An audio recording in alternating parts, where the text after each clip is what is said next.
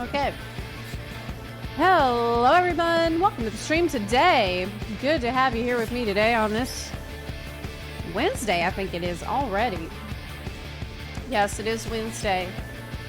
My buns. Okay. Hiya. So yeah, today we're gonna look at something that's been going on the forums that has caused pretty massive stir that I've been hearing about every single day. Chili Demon, thank you for the 31-month resub. I really appreciate that a lot. Let me reset my sub goal here before we start. Get our new Mog Station giveaway goal running. But yeah, I sometimes things start on the forums and it's really just people whining.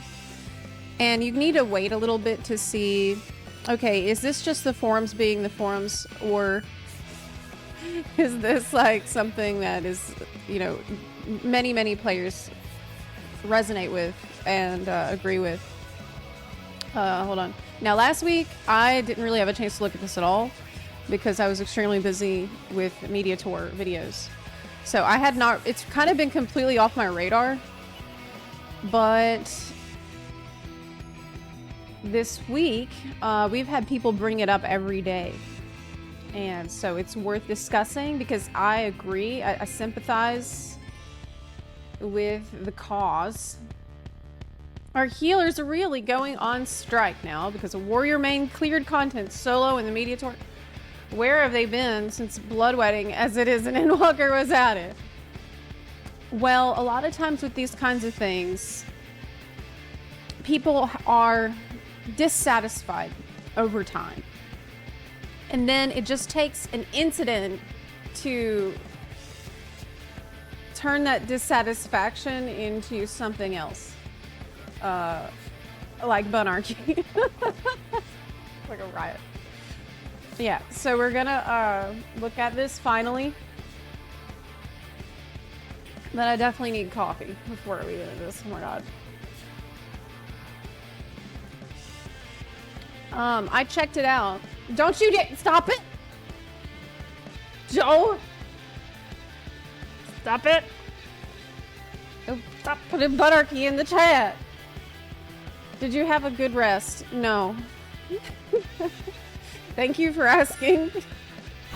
But unfortunately, no, I did not. I am extremely tired, but that's okay because the content must flow. The content will flow. By God. By regat. Okay, let's open these threads here.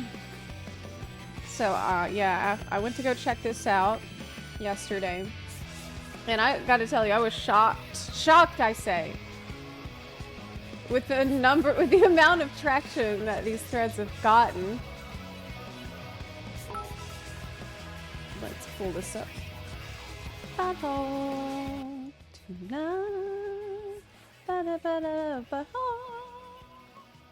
Yes. No, the Bunarchy. I didn't say the Bunarchy must flow. I said the content must flow. It's different. The emu. Thank you for subbing. And Nevik Link, thank you for the 100 bits. All right.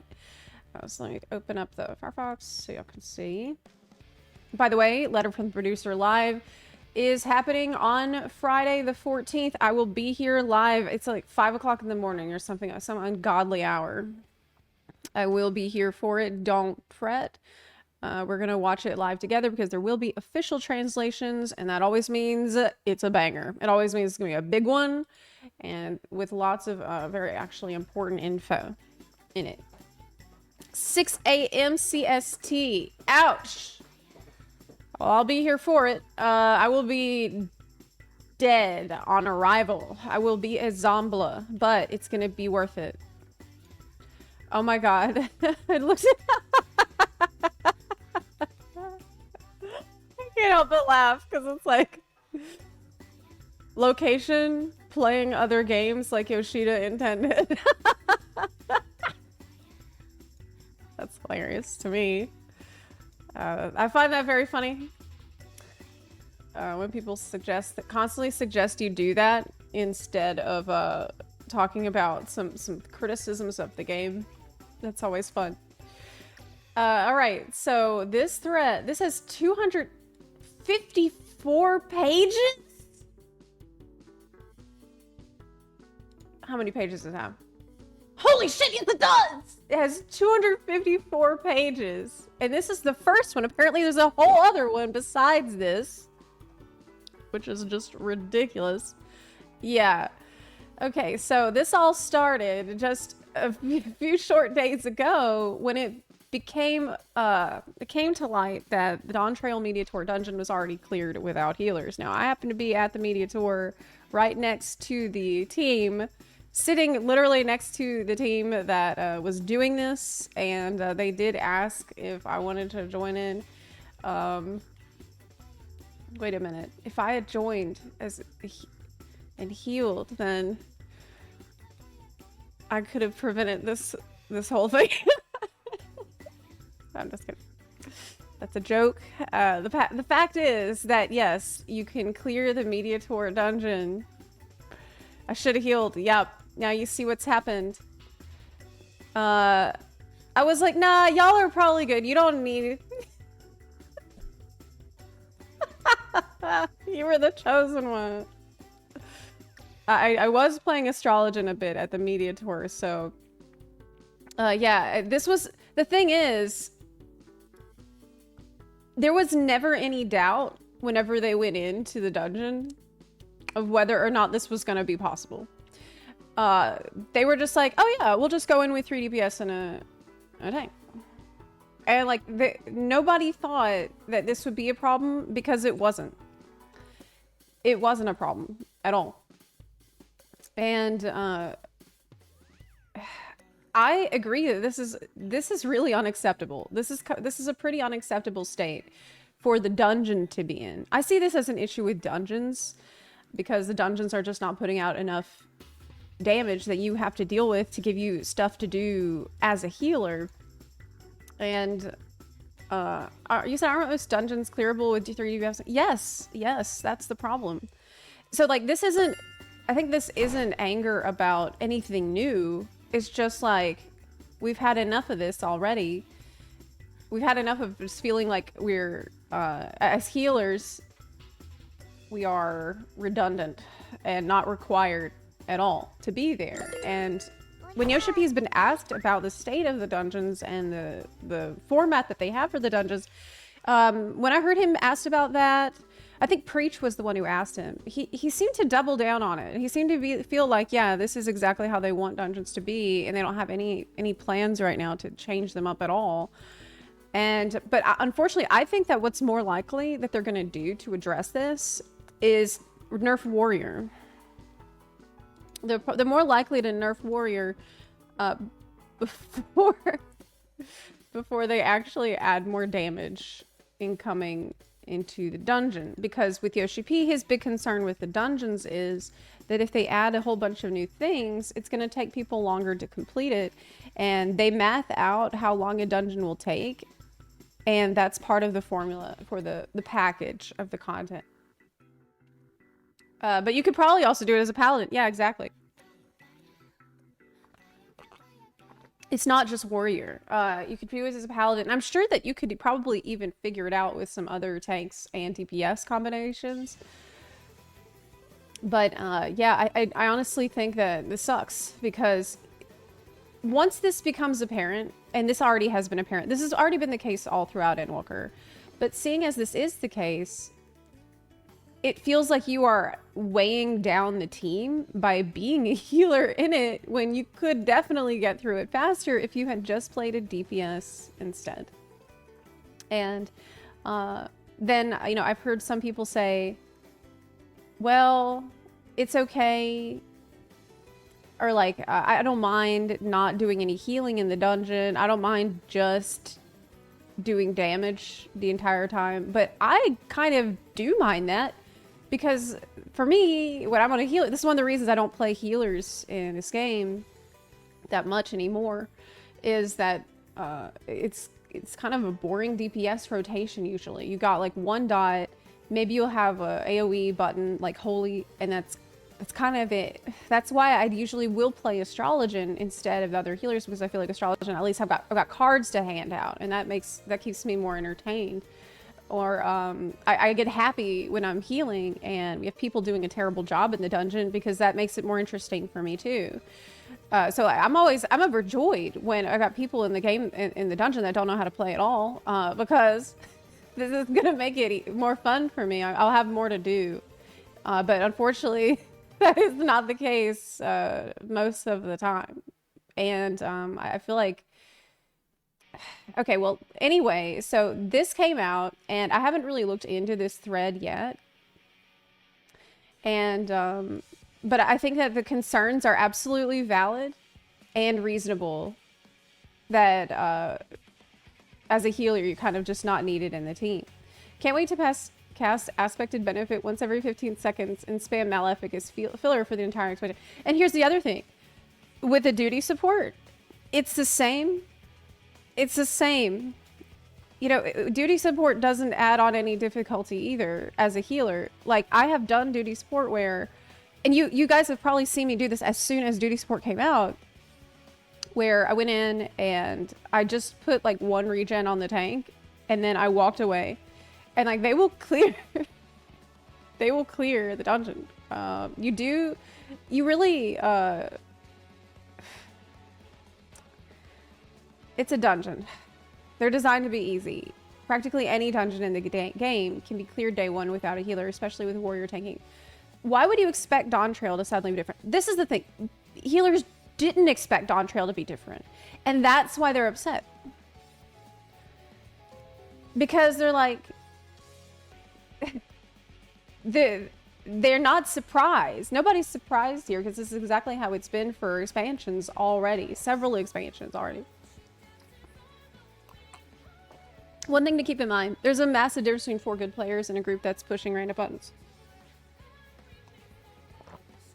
Yeah, that is true. And maybe that's one of the reasons why they scale the dungeons the way that they do, to make it kind of everything will fall over immediately. But you have to think about the player experience that is doing these dungeons over and over throughout the course of the expansion for their expert roulettes. And like, if they don't want to adapt the difficulty of the dungeon so it's more engaging for a healer, then they need to come up with some other way, some other thing that you can do instead that is going to be efficient for farming tomestones, and is also not going to make you fall asleep. And I do think that Yoshibi is well aware of this, because at PAX East, he literally was like, you know, he actually said, sometimes it feels like you're falling asleep. And he was like, he like mimed falling asleep. And I'm thinking, holy shit. He knows this and he wants to solve these problems. And I know that he does want to solve these problems.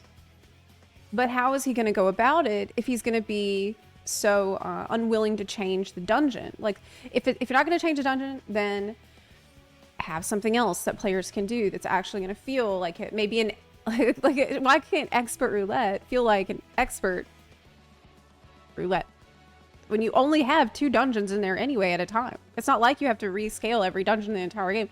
There's only 2 dungeons at a time in it. So at least one of those should be somewhat challenging, I feel. Yes. The fun of healing is the reactive nature of the healing. Each run is different, but it gets boring when there's nothing to react to. Yeah, absolutely. What is going on and why are healers on strike? Healers are on strike because they have been kind of upset for a while about not being required in a dungeon, which is completely reasonable.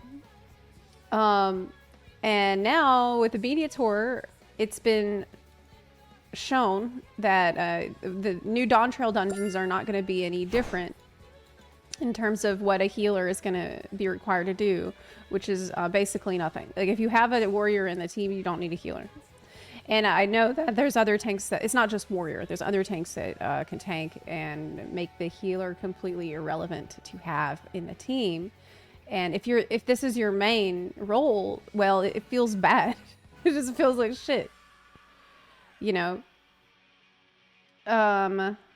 So I wanted, and I'll ask for the strike. The strike is, I think, the next thread. So this was the thing that sparked a whole lot of conversation. This is 254 pages. And I'm just going to scroll here and like look for what are the most popular responses. Practically any dungeon in the game can be cleared day one without a healer, especially with warrior taking. Yes, and that's the problem. Yes, and that's the problem. Yes, and that's the problem. Exactly. It's like no one's mad that it's new. It's a new problem. People are mad because this has been the case, and they were hoping that Dawn Trail would be different, but from what we've seen of the dungeon so far, it's not. Even in normal content, each class should have enough of a purpose to not be replaced so very easily. That is the point of the Trinity. There's a clear discrepancy between the state of healers and that of other roles that should not exist. It's being already possible in Endwalker doesn't make it better. It makes it worse. Thank you so much. Yes, I completely agree. This is completely common sense to me, though, and I don't know that why would anyone disagree with this? I don't know that anyone would disagree that as a healer, you want to feel like you're there for a reason. And I guess there are just people who they're in here saying, well, why are you upset now? It's always been like this. So you weren't mad before, but this just, they had enough of it. That's all. Healers just had enough. If these healers are striking, does it mean they aren't buying Dawn Trail? I don't know. I actually don't know about that. What's planned for the strike yet? I don't know. I haven't got to that part yet. Right now we're still looking into the reasoning. Talking about warrior in particular, no job should be so crazy powerful on all fronts, damage, healing, and mit, that they trivialize an entire role. It's not like they really struggled. Oh yeah. I mean, anybody can do this. It's not like it takes mad skills to do this on a warrior either. He even dragged skills onto his hotbar during boss fights without it causing any major hiccups despite the... I feel like I remember telling them. I feel like I remember saying, man, people are going to be mad. People are going to be mad when you show Mediator footage. But I'm like, good. I think you should. I think I did tell them that they should show it because this is a problem. This being Mediator footage of all things makes healers look like a fool. Yes. Dungeons are designed for those that don't like having to think. Damn, I don't remember Yoshida saying that. Do you know him personally? Oh my god, the sass. Yes, we have tea every other Sunday. Would you like me to get an autograph?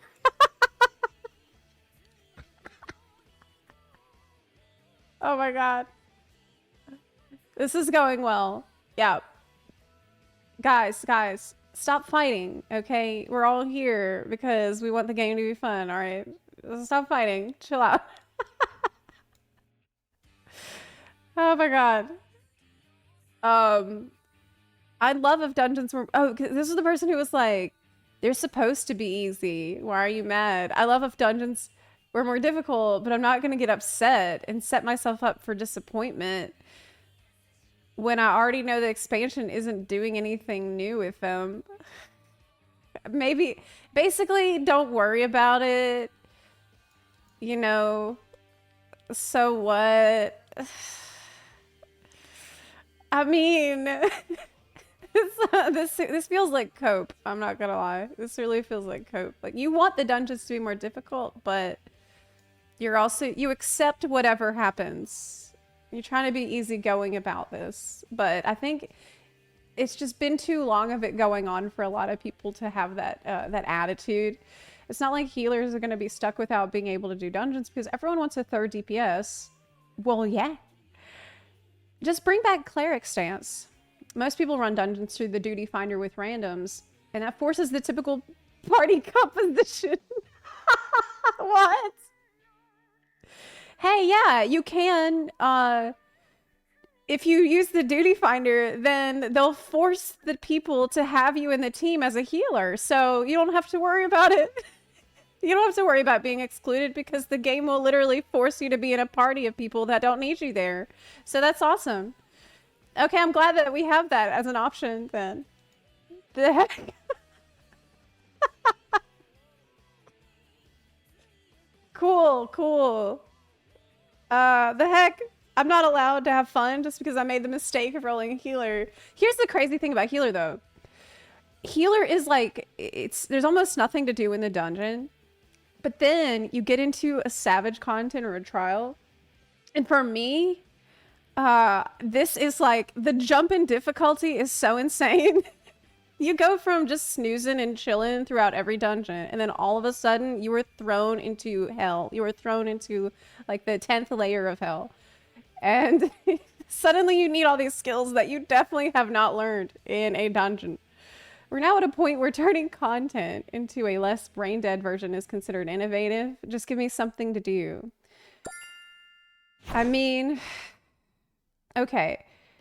You seem to be confused. You think I'm defending the current state of the game, and all I'm saying is that it's pointless to expect sweeping changes to the game's design when we knew a long time ago that was never going to be the case. Yeah, but I feel like people are right to be upset, and people are absolutely valid to request that these things become more interesting, and we shouldn't just throw our hands up and say, well, this is just how it is. We can't expect any change to come because it's always going to be like this. It always was like this. So who gives a shit? Like, that's not a good...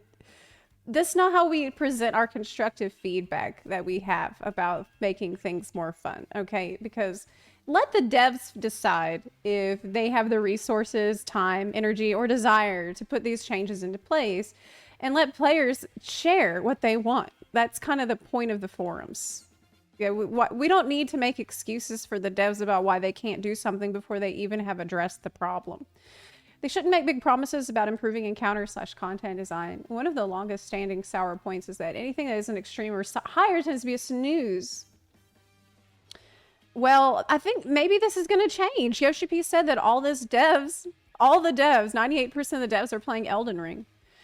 What if one day we get a patch and it's just like... suddenly everything is a nightmare ultimate difficulty, and they'll be like, this is what you guys need, and we'll never see it coming. We're gonna get such a whiplash. Okay, so this was 200.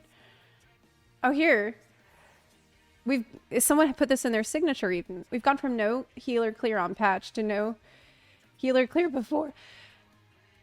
Sneeze. Sorry. No healer clear before patch. Once again, my genuine hope for Dawn Trail is anyone who's even 10% competent at healer simply abandons healer and forces these god tanks and DPS who support the god tanks to wait in 30-minute queue. This isn't gonna work. Look, I hear you. I hear you. I support your cause. But this isn't gonna work because people have duty support.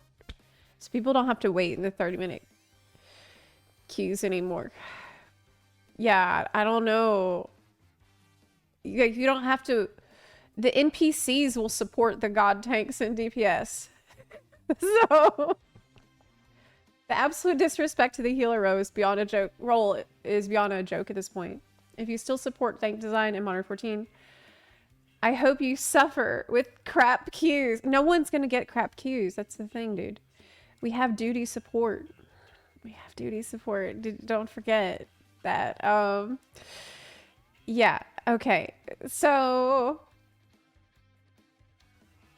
let's go. Yep. Check the other thread here. Healer main, and I will keep healing. Okay, so here's the other thread about the actual strike. As has been discussed in this thread, I would like to make this the official thread for those in support of a healer strike. So how did this happen? Wait.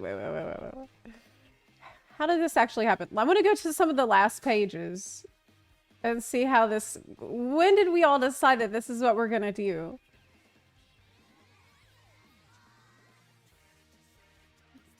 What? What's going on? I wholeheartedly am in the camp of nerfing the hell out of tank self-sustain and putting the responsibility back on healers to heal. Responsibility is fun. Having things to do is fun. There's no healer main versus green DPS main. There's only healers with differing levels of understanding of the core tenet that Square never raises healing requirements.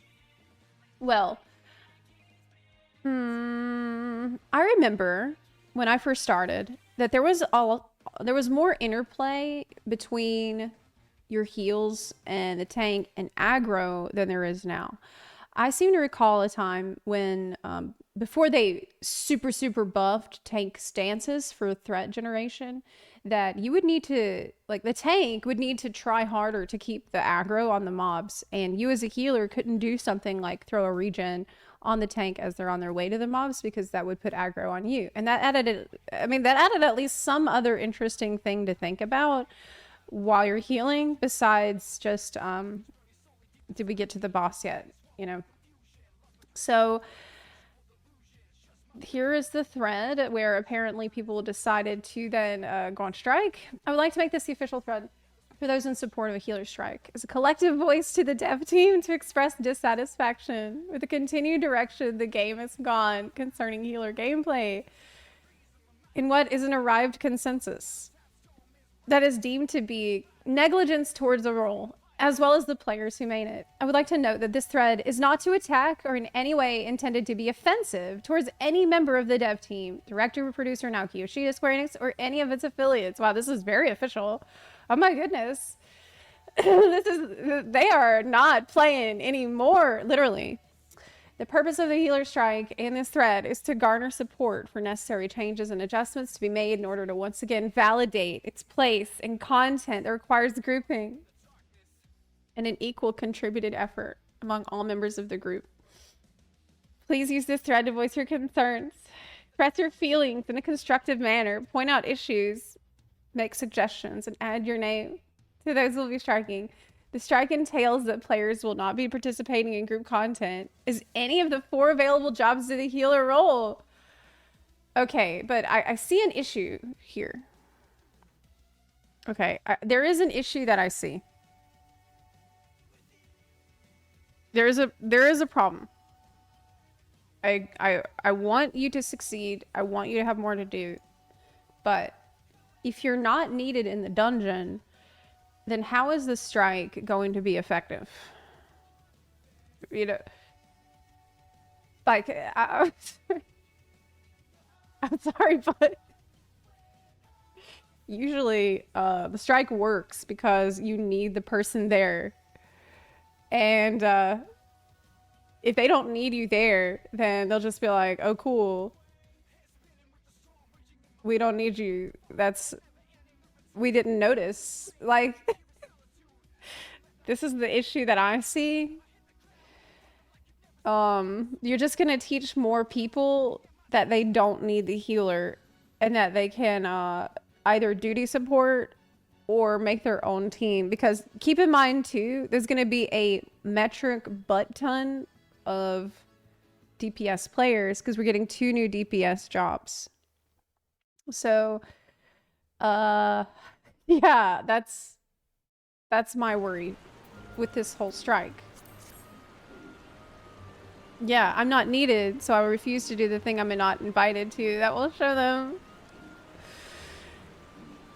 Yeah. You need healers for any trials in the game, right? Yeah, I guess it will be noticed for people that want to do trials and other kinds of content. So that people won't notice it in the dungeon, but they will notice, I guess, in the trials and raids. So when is the first raid coming out? Manifesto. You wrote a manifesto. So I really hope Yoshi sees this. That's why I wanted to talk about it today, because Yoshi did say that the devs watch the streams, and I really think that healer's absolutely right to be mad. There's a reason why I have not wanted to play healer since they got rid of my beloved Stormblood Astrologian that I never shut up about back in with the Shadowbringers.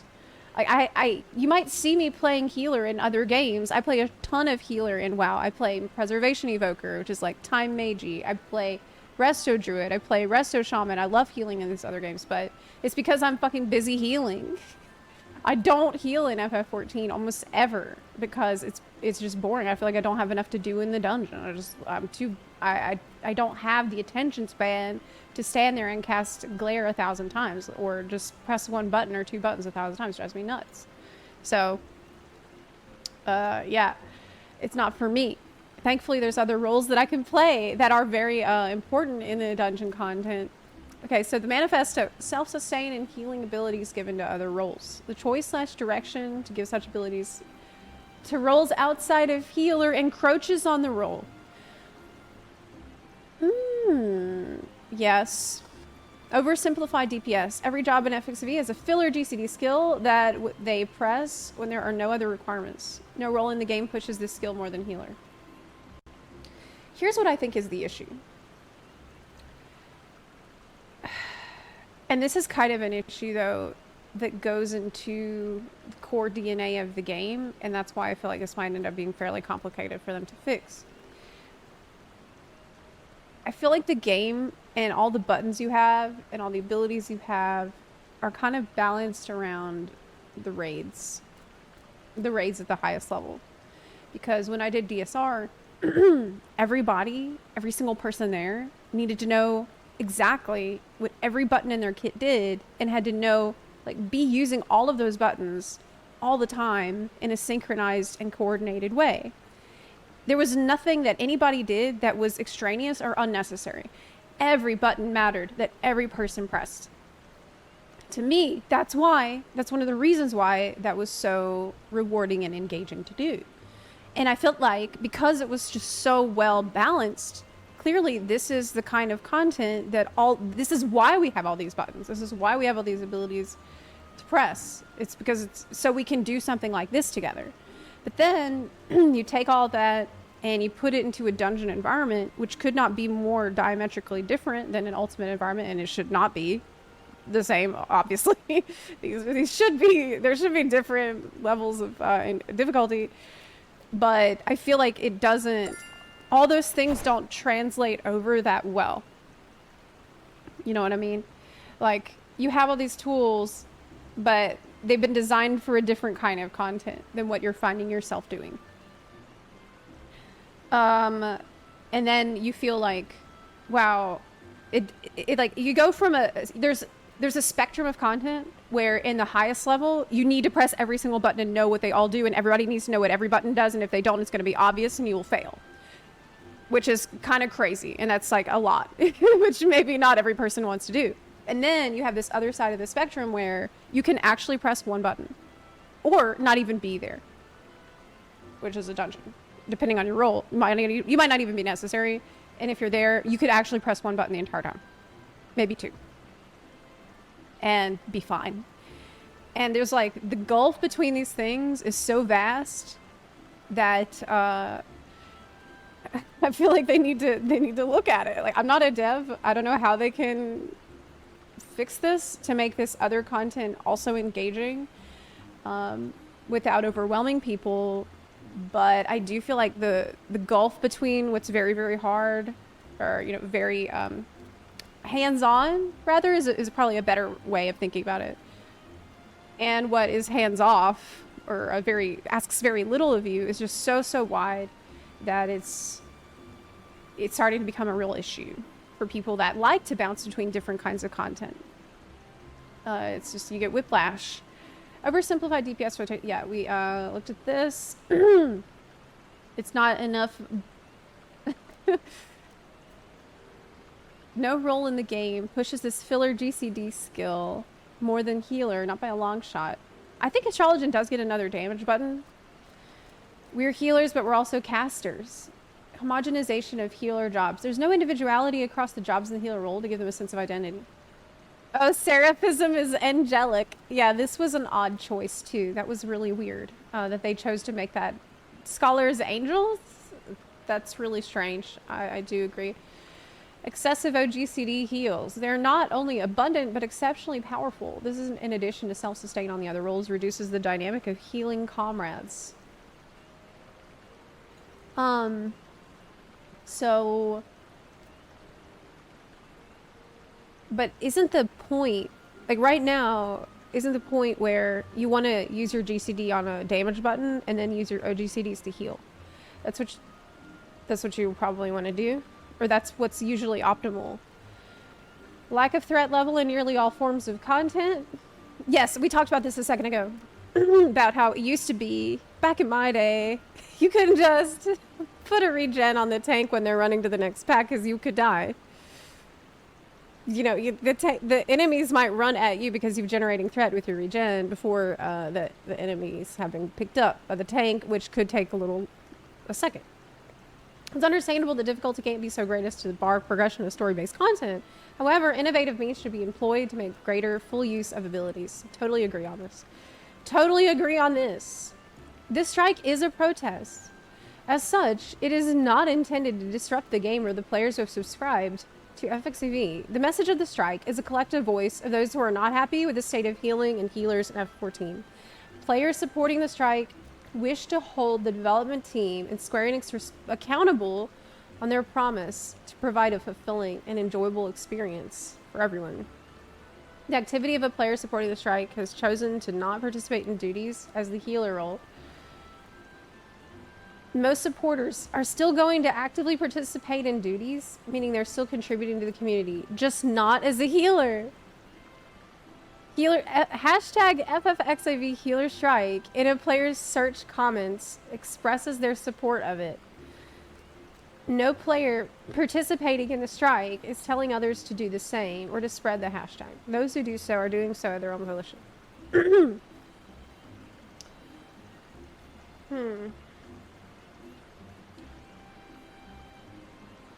Disruption is the point. Is the protest. Even quicker queues for healers then.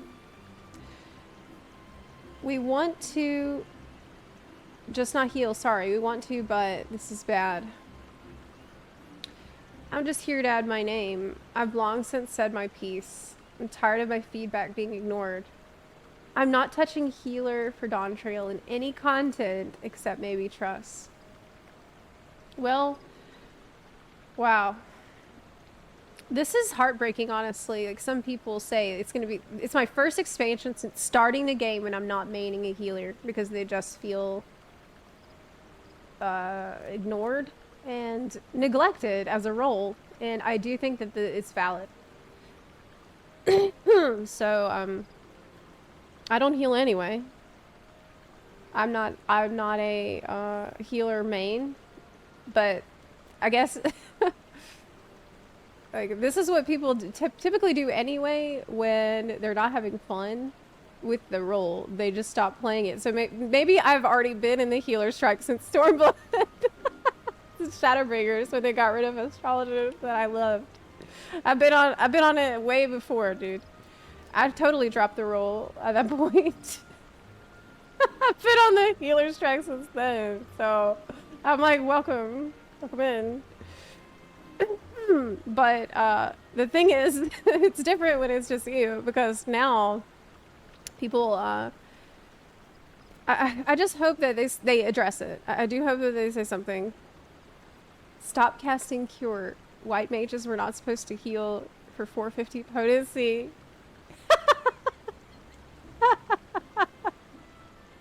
Oh my god. Oh my god, this is great. If I don't use CDs, healers will be needed. True. I'm not gonna stop playing, but I get it. Well, they definitely have created a stir with this, and I think that it really goes to show that this is something a lot of players have been upset with for a long time. Just scroll through here and look at how highly upvoted a lot of these comments are, and this isn't just people like on the forums complaining. Like, rest assured, I've seen my share of that. But this is, I think, really a huge problem. I've not been happy with healer design since Shadowbringers began. Same. Healers do not have enough DPS. I did like Blood Lily, though. I do like the flowers and lilies of White Mage. I did like that. And I also think that it's okay for some healers to be a little bit simpler and have a little, maybe not have as many buttons as other healers. To a point. Healers do not have enough DPS variety to satiate the amount of time we spend DPSing, and we're locked in a purgatory of spamming a basic attack spell ad nauseum. Sage, which was teased as this new healer with an emphasis on DPS, that supposedly was designed with this feedback from Shadowbringers in mind, captured my heart immediately with its aesthetic and promise of a more dynamic playstyle. But sadly, it failed to deliver upon that fantasy in PvE. Meanwhile, our library of healing resources has ballooned to cartoonish degrees, and it's vastly more than any healer actually needs based on the amount of damage we regularly sustain. Because of how many overpowered free healing resources we have, healers almost never cast heals anymore, and instead opt to attack endlessly while weaving heals in between. Yeah, that's what you kind of have to do now, because you almost never run out. And the content is kind of, it is balanced around that expectation. The higher level content is balanced around that expectation that you will be doing the damage in addition to doing your healing. MP management largely doesn't exist. All methods of MP restoration are automated through use on cooldown resources, and we have nothing to really spend MP on other than raise spells. There's no agency with MP management, no way to be greedy with it, and no way to recover if we lose too much. Wow. Maybe the healer strike will succeed, or maybe it won't. Either case, I'm glad to try and support any effort to get our voices heard after 5 years, because I don't want to have to wait another 2.5. What I want from healers, what I think many people who have shown their support here want as well, is for healers to feel fun and important no matter what type of content they're playing. Yes. This is it. Yes. No matter what type of content you're playing. So whether you're in the roulette, whether you're doing the main story, whether you do the new large-scale large-scale field operations, savage, deep dungeon, farming, yokai. Oh god, don't, let's not get ahead of ourselves. Okay, some things, there's just not a lot they can do about it. Okay, let's keep our head on our shoulders here. Our gameplay feels dynamic and fun. That when we party with other players, we are providing something invaluable to the team. Yes, I totally agree with this guy. What can Square Enix do about it now that Dawn Trail is basically locked in? With healing, it's complex because it stems from our healing resources being overabundant. Non-healers having too much sustain relative to... Yeah, they can't just delete all the things that they gave people. And they can't rework every healer.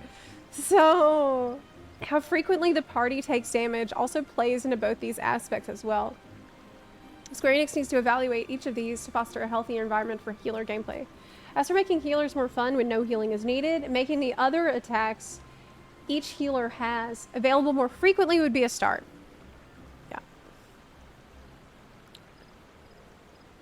I agree. They're protesting in a civil, kind manner. Yoshipi's going to do something about this for sure. He definitely has seen it. I know that he looks at the forums all the time, and whether or not they're going to action on it is time will tell. So I really don't know. It'd only make a difference if the strike hit savage. Healing is easy enough in dungeons that people will play it for fast queues, even if it's not something they know well.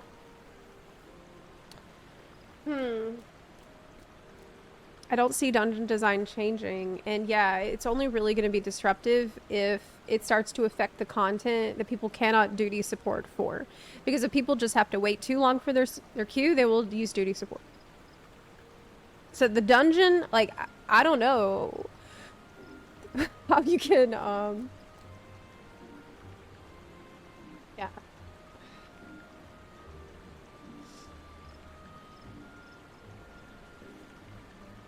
with the and another thing is the Savage stuff and trials. They're still gonna, no matter what, even though there's a lot of people paying attention to this on the forums and a lot of people are upset about it on the forums, there will still be people that don't know, don't care, that will continue to heal in the in these harder content. Like I don't want to discourage people because I think that it's a good idea, and I sympathize very much, and I want to get the devs' attention. But I hope that it doesn't come to that, you know. I hope that they will just address it or say something about it, anything. That would be better. Say, yeah, okay, we hear you. There's not a lot we can do about it right now because the expansion is done, but here's what we're going to do right now, and here's what we're going to do later, and then here's what we're going to do in 8.0. Like that, I think that would help. Because I feel like we're a little bit late in the development process for 7.0 when they're already looking ahead at 8.0 now. Man. I was about to post this myself. I've only been here since Shadowbringers, so I could be a voice of the newer players who also find healing as boring as watching paint dry. Yeah. Yeah. Healers need a genuine gameplay loop. Why'd they wait till now to strike? I think just because of it's because of the expansion. It's because of the expansion. You know, they're wanting to feel excited about playing their favorite role in the new expansion content. And I think maybe a lot of people had been holding out hope for the new content coming in Dawn Trail to maybe be different and be more challenging and give healers more to do, especially in light of a lot of the comments that Yoshi P's been making lately about making that engaging gameplay, like bringing engaging gameplay back to the game. And now with the media tour, seeing the fact that dungeons are the same as ever, like really still able to do without a healer, it's just kind of the straw that broke the camel's back, so to speak. Why are healers on strike? Well, I just explained it for people that are just coming in. Is this argument only with regards to normal content as opposed to Savage and Ultimates? It seems like a lot of the discussion is around the dungeon content. To me, this I haven't heard people so far, maybe I've missed it, but I think that this is actually an issue with the dungeon content. And honestly, even if you don't play a healer and you've done dungeons many times, especially in the expert roulette, you might feel similarly about wanting to feel more engaged in the dungeon content even if you don't play a healer. I do think the dungeon content needs some love, and it needs to be a little bit more exciting for player-made groups, because if you want to snooze through it, duty support is right there. If you want to snooze through, do your duty support. I just don't understand why we can't have more to do and more going on when you're in a group of other players. Like, to me, that makes sense that should be, because you can just run with NPCs if you want. You don't have to be with other players. Then when you do go with other players, that should mean that you guys are capable of more than for the NPC party. So you should be expected to do more. That makes sense to me. But I wish they had a hard mode. Yeah, I think dungeons need something else. Dungeons need a hard mode or something like that. The magic and engagement comes from connecting with other people, not your gameplay.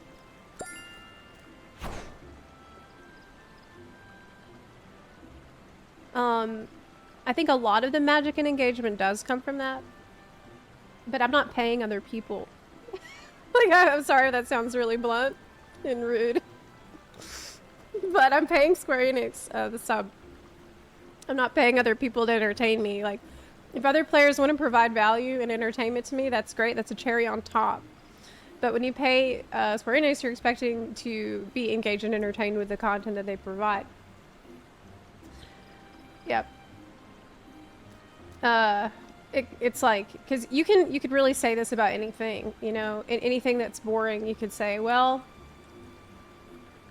At least I did it with my friends.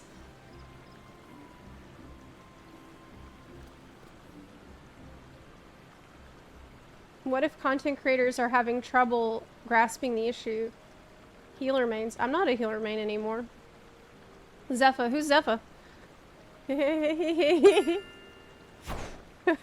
Who's that? Maybe Zepla was the one who played Astrologian back in Stormblood and who's been on strike ever since. Browsing the JP forums, it seems they don't care as much at all about it. Really? Damn. Well, we don't need to spend all day on here. I just wanted to look at it, and I can legally vote on Zepla polls now. I do think it's best if people will, you know, keep your feedback and your criticism constructive. There's no need to come at other players. There's no need to, like, bicker in here. That's completely pointless. If you don't think that it's a problem, well, cool. But if you do, then you should say something about it in a constructive and a civil way so that maybe the devs can see it. Yeah, I can understand non-healer mains not understanding, because when I played healer, it was super stressful till I got used to it, and it was easy. But since I don't main, when I go back to play healer, it's stressful again, where I'm not used to playing it. And what kinds of content, though? It's so funny because there's some crazy parallels to WoW healing right now with some power creep. Oh, really?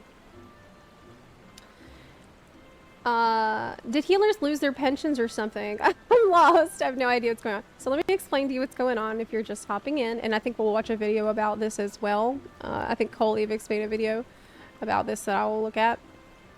What happened is, we did the Dawn Trail media tour, and Xenosys group cleared the new dungeon with no healer because they knew they could do it, and they knew they didn't need a healer to do it, so why bother? Everybody wanted to play something else, so they went through without a healer.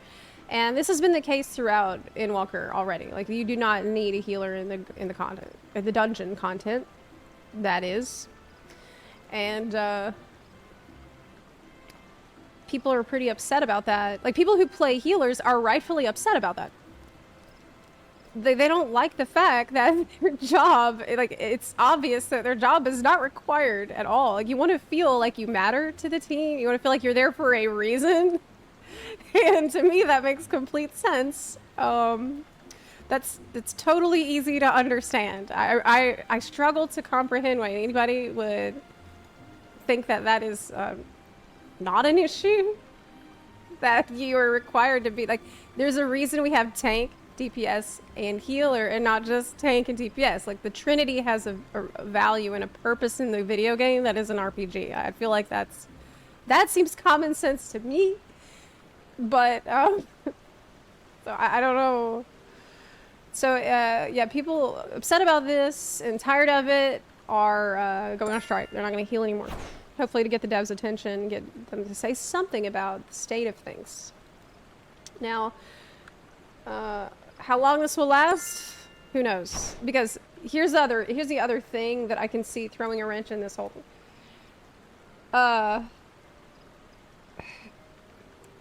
It's expansion hype, and that's going to be hard to beat. Expansion hype, where it's the new Dawn Trail, people are going to want to go in on their favorite class, no matter what. So I feel like that might pose an issue for trying to organize a strike at this particular moment in time. Oh my gosh, Cole's video is 22 minutes long. Well, I can watch it.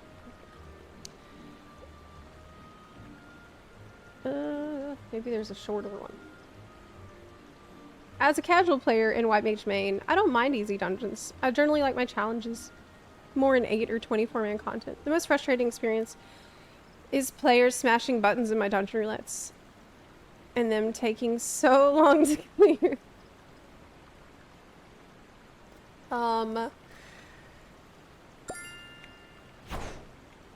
Well, I do think easy dungeons and easy content should exist, and they have an important place in the ecosystem of the video game.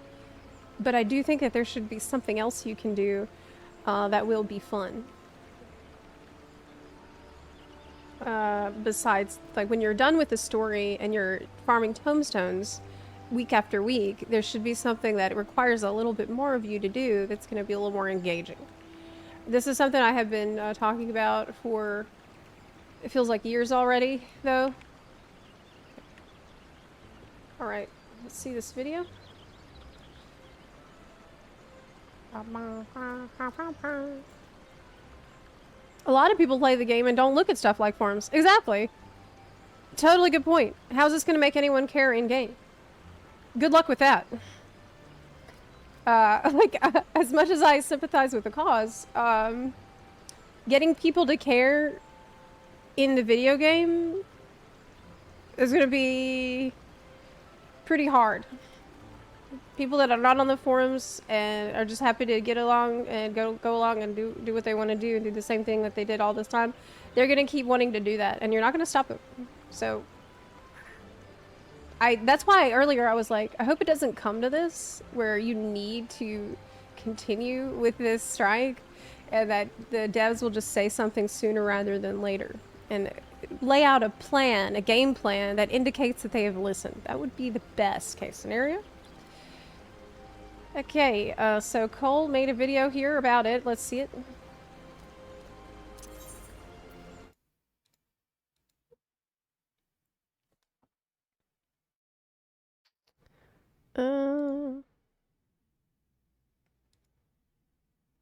Okay. Is going on, and there's a lot of people quite upset, and while I think some of it crossed the line, I actually do agree with some of the points made, as my main role is definitely healing. Okay. I didn't even realize during the media tour So Cole is a main healer. that literally sitting beside me was Xeno blasting through a dungeon without a healer.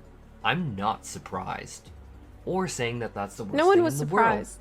More on why I say that in a moment, but I'm also absolutely going to say that that's one reason why myself and many other healers have called for more buttons to the DPS and utility side of the kits. Art of War, Art of War, Art of War, Art of War, Art of War. Hashtag give me back Miasma 2 on Scholar, or any other damage button for fun. I'll cover that near the end of the video because I think that's where things could really be enhanced. I'll take a moment here to say that one of the big features coming with Dawn Trail was that there was going to be a content difficulty and reward for doing the content rework coming in September. Local 1234, thank you for the 2-month resub. Ghost Ward, thank you for subbing. Wolf Gaming TTV, thank you for the 18-month resub. Appreciate it. 0.0. During the Q&A period, Yoshi P did bring up that job homogenization and job identities was something that they were wanting to look at, but that they didn't want to lump in the content difficulty change alongside the job identity change, which could combine together overwhelm players, and so they want to instead shift. Where did you find these striking dummies in the media tour? Oh my god, I went to the dungeon to put down just target dummies because I couldn't find any in it. What the hell? The job identity stuff into 8.0. And if you didn't catch that, this is where I'm going to say that you can catch all my media tour coverage easily browsable on my website, fx.gg, ad-free, it's totally free. Yeah, a lot of people have been asking, like, where can I get your coverage in an easy-to-search format? That's probably... Is that the seraphism?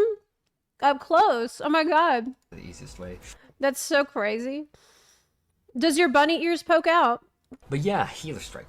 I've been asked to give my opinion on it, and I'm going to be very blunt in this video, and I should go without saying that I love the developers of this game. I coined the term, like, what years, literally how many years ago? I don't even want to think about it, that saying that the developers are a blessing, and that this criticism does come from a place of genuine love and passion for myself, and I'm sure from others too. Though some posts... Yeah, so far, everything I've seen, you know, it's still the forums, so there's going to be some bickering and some bullshit.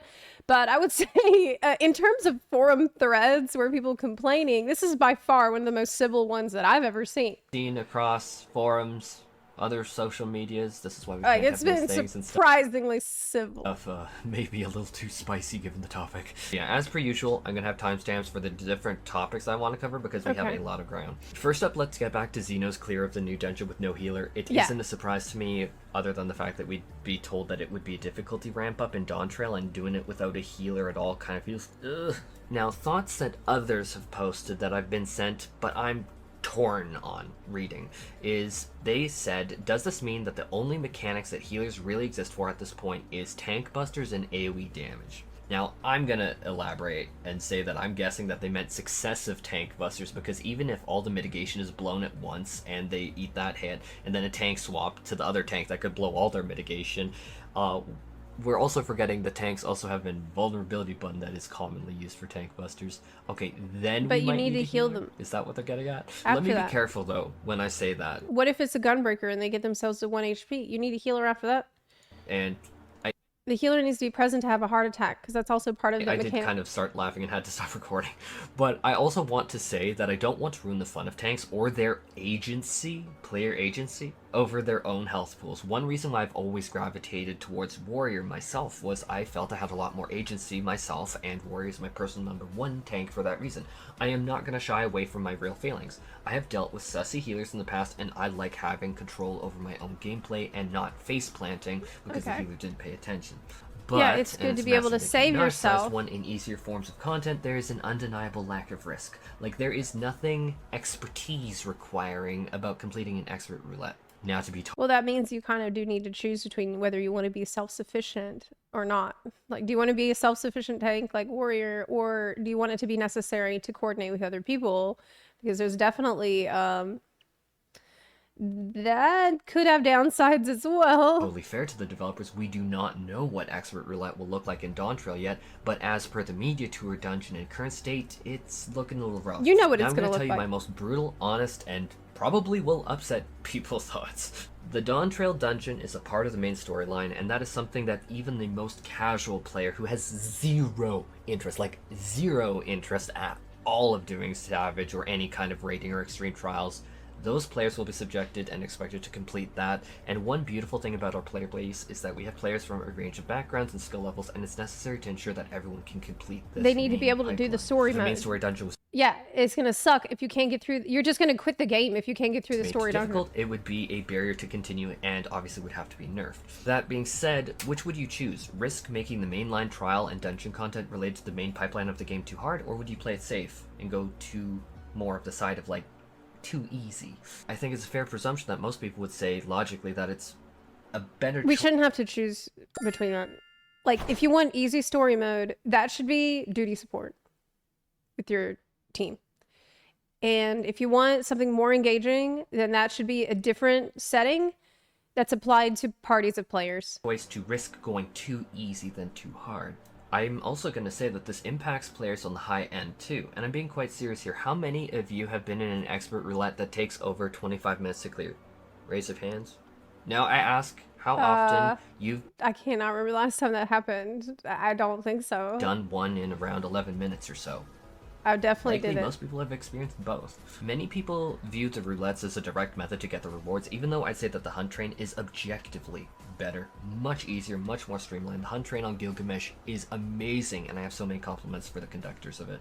But Hunt even train at the is higher better. end of play, like let's say that you are a Pentalegend DPS top 5th percentile in every fight, but you are put in an expert dungeon where the tank and healer are not... But the hunt train is even less interesting than the dungeon. Because, yeah, like, it's good because you can just dip anytime, and, you know, I love to do that. But you don't actually have to do anything on the hunt train either. It's just zerging one mob after the other one.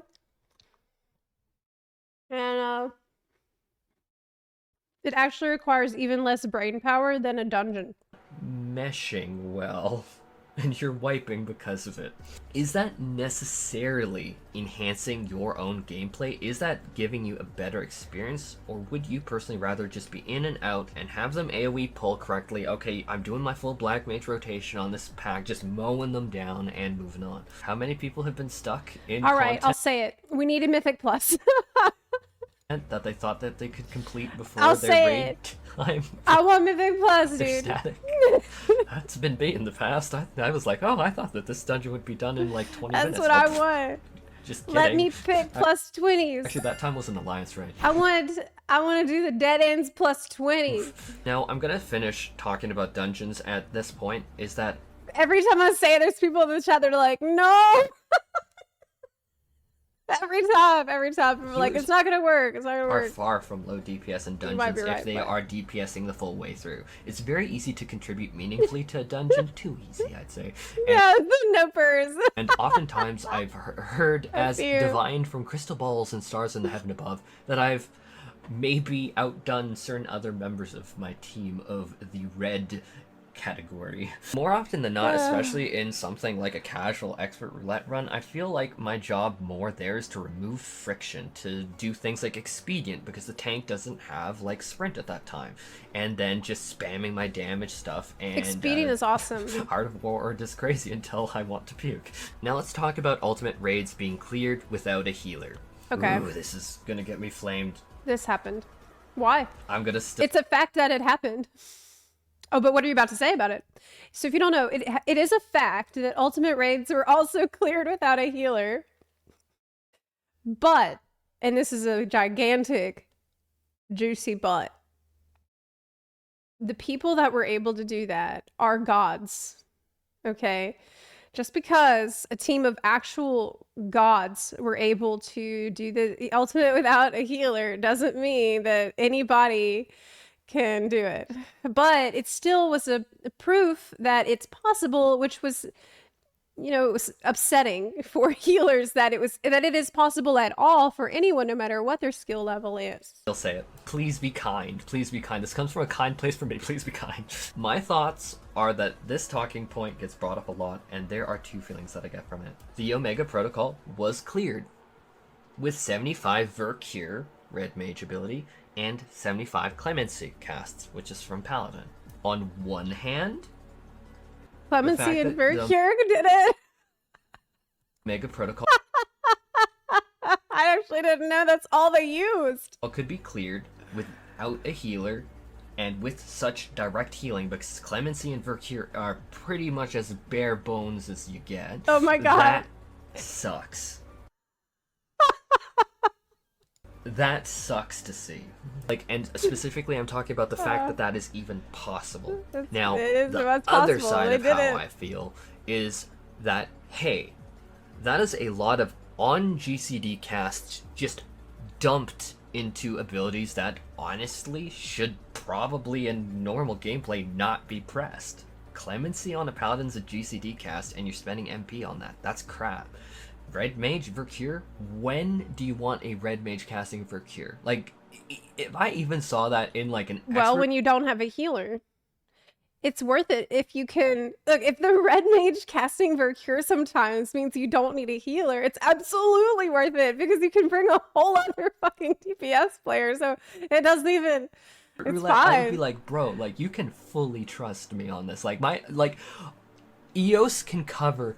Just EOS. I'm not talking about off GCDs, Whispering Dawn, or Wait, you said not only possible, they only needed a few. They only needed a few. Fey Blessing. EOS alone, spamming Embrace can cover most of the healing. Like, if I saw that in my expert, I wouldn't say it, but I'd be like, what? You gotta sympathize with the healers here, man. You got it. Even if you don't play a healer. Quick point about making dungeons harder. Now that I'm gotta thinking feel about it. bad. You cannot give people feedback in this game. If you give people feedback this game, hashtag you don't pay my sub, and hashtag you're a toxic elitist piece of shit. And don't give me feedback. So if you make casual content more difficult... Okay, first of all, how dare you?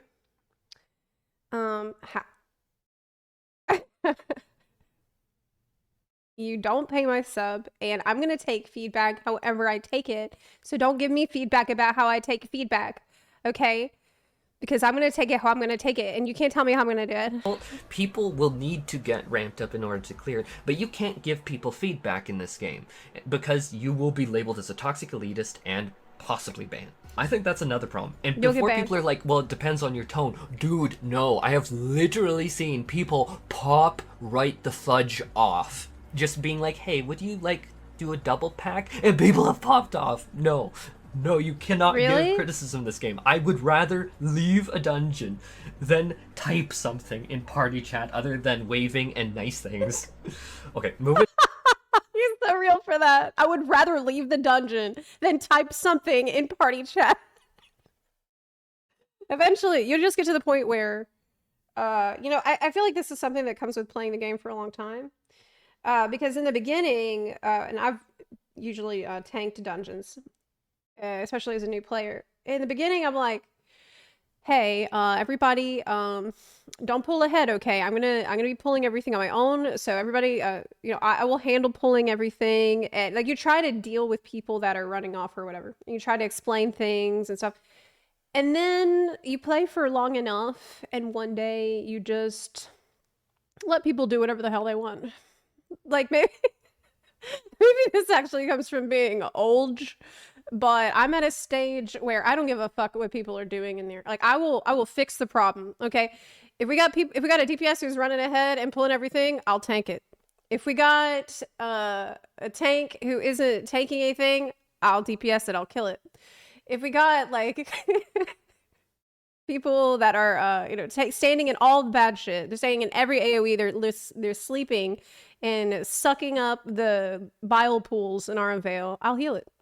And I'm not going to say a damn thing about it either, because at least it made the dungeon more interesting for me. Back to the Omega Protocol. So thinking about like how you have these red mages and paladins do that, that is a lot of GCDs being wasted, and so a healer in this instance can effortlessly cover that healing. That is literally OGCD weaves a lot of it. That is massively oversimplifying it, because yes, I've seen the mitigation sheet. Yes, you need on GCD shields, or they're recommended for a lot of stuff. Y'all know what I get at. Trust me, I get it. But relative to 75 bloody GCD casts of cleansing, it is so much less effort for a healer to go in and do that. So this is why you have that split 75. In how I feel. The fact it even could be done is insane, but the fact is that it would be so much. But actually, on the flip side, what it also indicates is how much damage is required of you as a healer in that setting.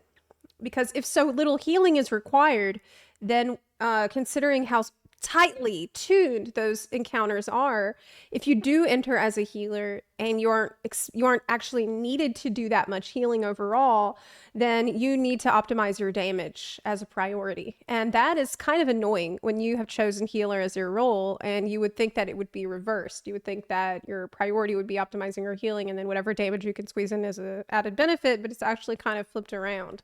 Much easier to do with the healer. Like, keep in mind, these people are like literally some of the absolute best players of gaming across any game in the world, and they have chosen to hone in on Final Fantasy XIV and spend so much free time fine-tuning and honing things in to get through this fight with healer, which they did in fractions of the time on their main normal roles with a healer. And I think that's where my opinion is so difficult to land on this one. Because I think that reality is, it is insane, ridiculous to think that I don't even want to say it. I don't even think it's sane to say a fraction of the player base could pull this off. So to say, oh, we don't need healers in the Omega Protocol is objectively a fact, but on the other hand, my brother in Christ, do you really think that you're going to be clearing the Omega Protocol without a healer yourself? No. I don't. No one Hell will do no. And that... Yeah, you keep in mind you need to be a god to do it. Certain point, even let's say that that did become more logical, then you need to look at the realities of healing, which is mostly figuring out how to put the most damage in. And so you're weighing heavier on OGCDs and, hey, the co-healer's gonna do this, I'm gonna do this, and really minimizing your on-GCD cast so that you can focus the most on DPS. And you it's can just more let the co-healer handle it too. That's an option. About a game of efficiency at that point, which I think... That's the benefit I like to offer my co-healer, is... I do less, and then they'll have more to do. So, problem solved. At least 75 clemency casts. I solved your problem. And 75 just let me be your co-healer, and you'll be way more busy. I'm pretty confident is not the most efficient way of doing it. And I don't think anyone's going to disagree with that. What, you're going to tell me? Are you seriously, bro, going to tell me in the comment section 75 clemency from a paladin is the most efficient? Bro, no. no. I'm not even gonna, no. There's still gonna be someone saying it, but no. Whereas you can just bring in a Scholar, have Expedient, have all the heals be managed by them, mostly through OGCDs. They're bringing in Chain Stratagem, which everyone knows that everyone loves seeing big number go burr. I think that when we talk about it more from an efficiency standpoint even, we're like, because we already established it's not realistic, but now it's like, even if we're looking at it from an efficiency standpoint, you want that healer. And I also think that I mean, I don't think you don't need to justify like why healers were made, this but is maybe we something do. that applies to Maybe Savage. we But do. I think Savage, solo healing Savage relative to solo healing or no healer top, I think is infinitely more realistic. Although that is still something widely regarded as quite difficult. Although definitely we People have do that seen all the time. Like it happens. I do Now, see I want that. to cite something that I totally agree with is make everything in your kit and job as unobtrusive to your DPS as possible. Coming from Scholar, we all know we use Dissipation in the massive majority of situations, either at the end of a pack pull to replenish our Aether Flow stacks in a dungeon, or we're gonna use it during like pot windows. Why? don't know Because it anything gives about us Scholar. 3 Aether Flow charges. All I know about Scholar is they make me fast.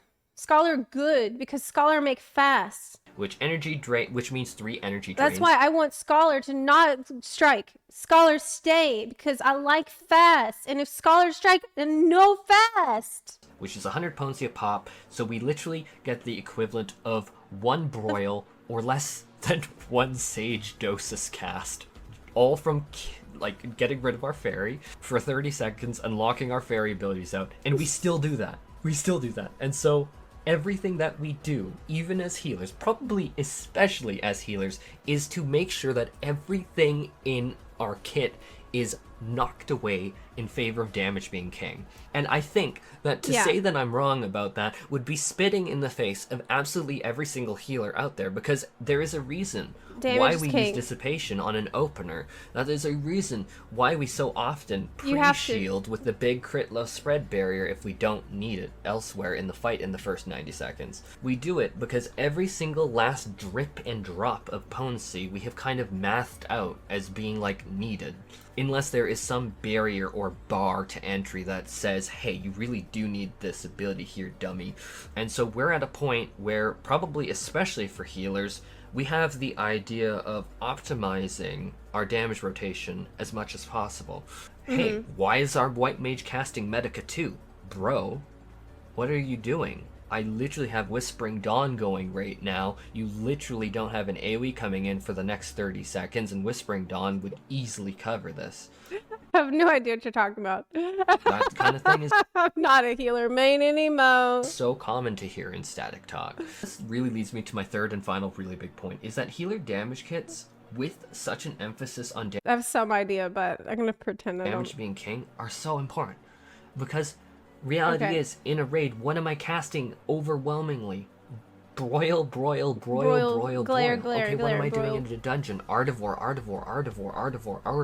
Smack that book It's a lot. on the ground. And there are, thank God, things like the Dissipation opener. Like when they removed energy drain, I think it was felt so painfully, at least by me. It was like, ugh. Even though it's only 100 potency, and yes, 3 casts of it is still less than 1 single Sage Doses. It was just like, having something to do felt good. And even going into Dawn Trail, Scholar's looking at 1 single OGC That's sad. It's really sad. weave after casting Chain Stratagem.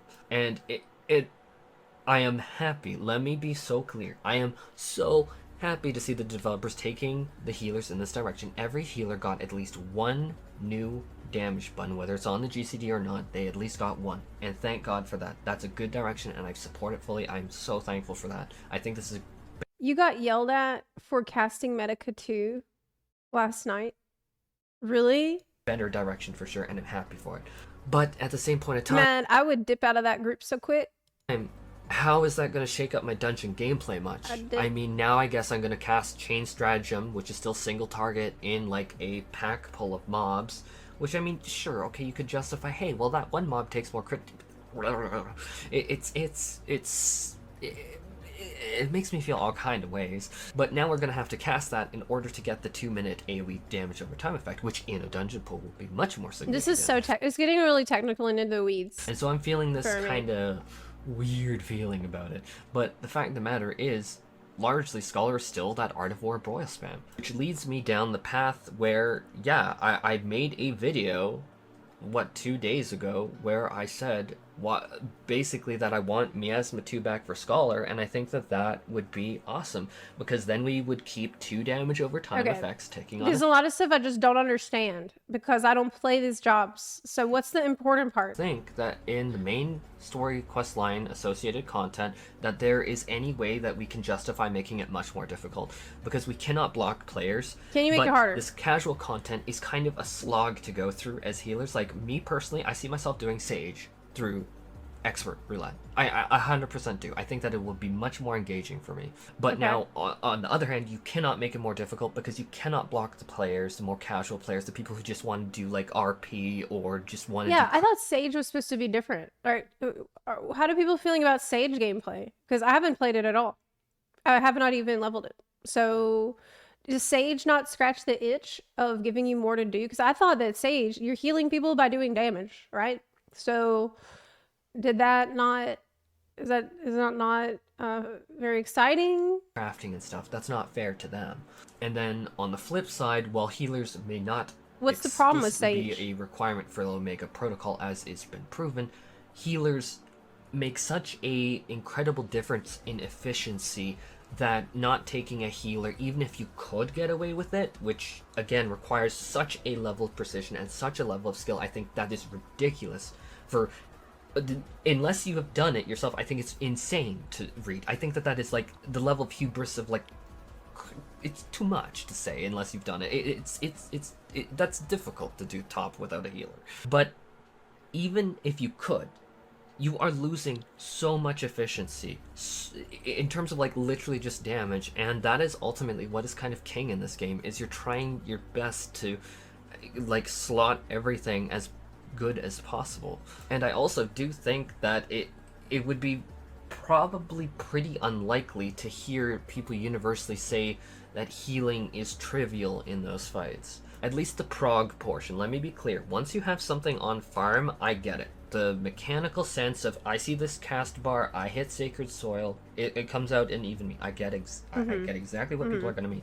But during prog, it is pretty intense. Of course, things are streamlined with MIT sheets and MIT planning. Yeah, you could just see the plan for what other people told. Like, people have probably already mathed it out for every fight. So you could just look at the MIT plan and then press the buttons depending on what the boss casts. And that way...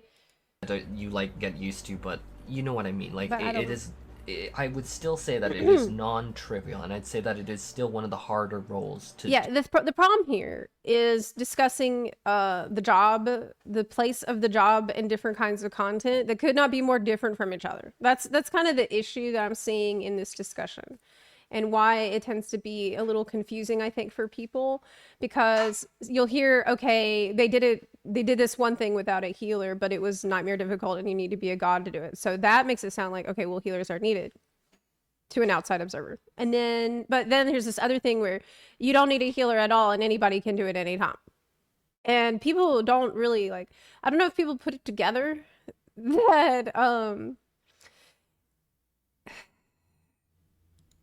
sometimes there's like, I think what the point is that the issue runs deep enough to be seen at the highest level, even at the highest level, where things are supposedly the most balanced and everything is designed around it. Like the ultimate raid is like, to me, the pinnacle of content where everything, all the parts and all the puzzle pieces fit together perfectly. And if you have this problem present, even at that high level, seeping in even there, then you can see how much of a bigger problem it is at the lower levels of content, like a regular dungeon. And so it's a real and pervasive problem that goes throughout the entire game, and players are just pointing at places that they see it throughout all kinds of content. And so the concerns are totally valid. You can hear from Cole that he is 100% a healer main because he really got into the weeds with some of this stuff. But you know, overall, saying that normal moments shouldn't be boring. It shouldn't be boring to do. It shouldn't be boring to play this role. You should feel like you matter. You should feel like you're having fun. You belong there, and you're contributing something important to the team, something that is equally as important as what everybody else is contributing to the team. And the fact that that hasn't that's something that healer players don't feel that they can rely on in the new expansion. Of course they're upset about that, and I completely agree that they need to do something. For healers is not necessarily the most engaging thing, purely because of the DPS, or rather lack of DPS options for the majority of the You said you aren't a healer main anymore. What job are you playing the most these days?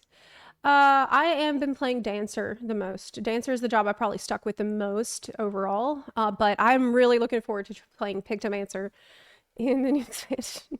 Viper also, I'm also excited about Viper because it's very fast, but I think Picto is the one that's really gonna keep my interest because there's things about it that remind me in some ways of old Summoner. healers, and that when you are a healer in an exceptional circumstance or completely novel content like a prog point, then it becomes really, really amazing. You have those cool little moments that you do where it's like, oh wow, like this barrier basically invalidated a mechanic. Don't nerf my crit low shield, please. But that feels good. That is like, oh cool. But then it starts to become routine. You said the only time I feel important and engaged as a healer is when my team is bad, which is the worst case scenario.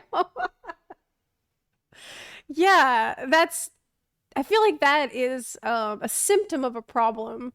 You know, it's a symptom of this overall problem where you're having the best time when things are going the worst. Some of that is just endemic to what healer is and what healer does, but ideally you would want to be having a good time when things are going better as well. Right? Like, it becomes the boring, and then you start I think maybe that's one of the reasons that I loved Stormblood Astrologian so much, because it gave me things to do besides just damage and the healing, because you also had these cards that you could give people, and I felt like I could contribute in different ways, in unique ways that justified my being there. realizing the broil span between it. And I think that we're kind of at the point in all levels of play where we need the normal gameplay loop, the moments that are not exceptional moments, to be uplifted a little bit. Because that's totally true. Okay, I totally agree with that. Moments feel really good as a We healer. want the ordinary moments to be more good moments. So good when I'm doing something like that. Yes. But the moment to moment, you know what? A little bit of I know they probably can't fix this right now. So maybe what they could do is just let me play the PvP version of my job in the dungeon. Crap. I love playing White Mage in a PvP. In Crystalline Conflict, just let me blast the fuck out of a pack, like, instantly.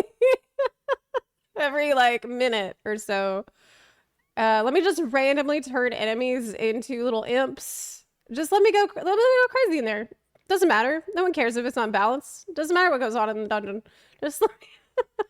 buff. It needs a little bit more excitement. And again, I'm not a game designer myself. I'm a pretty simple guy, but I definitely think that enhancing the Sage has the pew pew laser. Oh, the DPS portion of the healer's toolkits, as in those unremarkable moments. Because maybe I will. I don't need to deploy a GCD barrier now, so I'm just broiling, bro.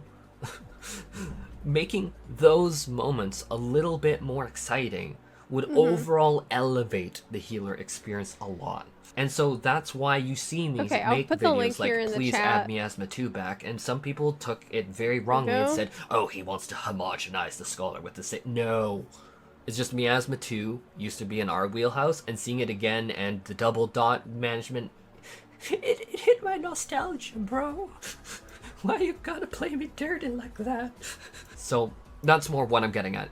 And so I think that that's almost the line that I want to end the video on. Okay. Is the exceptional moments of a healer feel great. The moment when you put everything together and then you have like a massive XCOG weight recitation XCOG, you know what I'm talking about, the big one, on the tank, pop in the dungeon, and ooh, that's good because now you had even less need to heal them. Okay. Just crazy. Art of War, Art of War, Art of War. Th- Which unfortunately feeds into my point, is we need to make the normal, the average, I'll let you finish the your thought. baseline a little bit more interesting, and that's why I'm like, hey, add some funky DPS button tool kit stuffs. Because right now I think that the healing part of it, those exceptional moments, feel good. But the normal is so broil that All right. it kind of gets lost in that. Okay. Well, that was a extremely in-depth video from the perspective of a healer who definitely understands the rotations a hell of a lot better than I do. But I don't need to understand healer rotations right now to see that it is a fundamental issue with the game that you don't need a healer at all in a dungeon. I think it's an issue with dungeons. I've been saying for a while that if they want 90% of the healer's kit to be healing, then content needs to make you want to press those buttons. I love the healers need to DPS mentality. Yeah, that makes sense. Yeah, but when you only give 1 to 2 DPS buttons to healers, it gets boring fast. And anything with the top 1% of content. The way I see it is they need to either make the DPS part of healer more interesting or make healing more important content. We should have a middle ground. This is what I have been trying to say for 1,000 years now. I've been asking for the middle ground for years. And with healers, it's especially apparent, but it's kind of apparent for everybody, where we need something that's a little bit more intense than a dungeon, but a little less intense than Savage. They gotta find it. They gotta figure it out. Anywho, just make the content so do damage so healing is required. Yeah. Maybe we could enter the dungeon with like 10 vuln stacks. And then, like, the more vuln stacks you have on when you go in, the more loot you get. At the end. I don't know. Okay, maybe for every bone stack that you in the dungeon with over like 10, you could get 1 extra pot of dye, like expensive dye. Or extra tomes, maybe. Okay, maybe a system where the difficulty is represented by a number like +1. Okay, maybe reasonably hard would be like +12, okay? And then maybe super hard would be like +20. And so this way you could choose what level of difficulty you want. Oh, and maybe there could be like different characteristics to the bosses and enemies, where maybe the boss has a lot more health all of a sudden.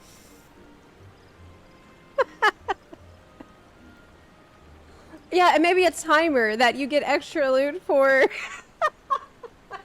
if you beat the timer, then you get a little extra loot. Oh wait. You're welcome. Yes, you're welcome. I have lots of good ideas that I totally thought of myself. When leveling a healer, I need loot. So I go and pick up the extra chests. The tanks don't care about this. And usually have less than 50% health when I finally catch up to them again.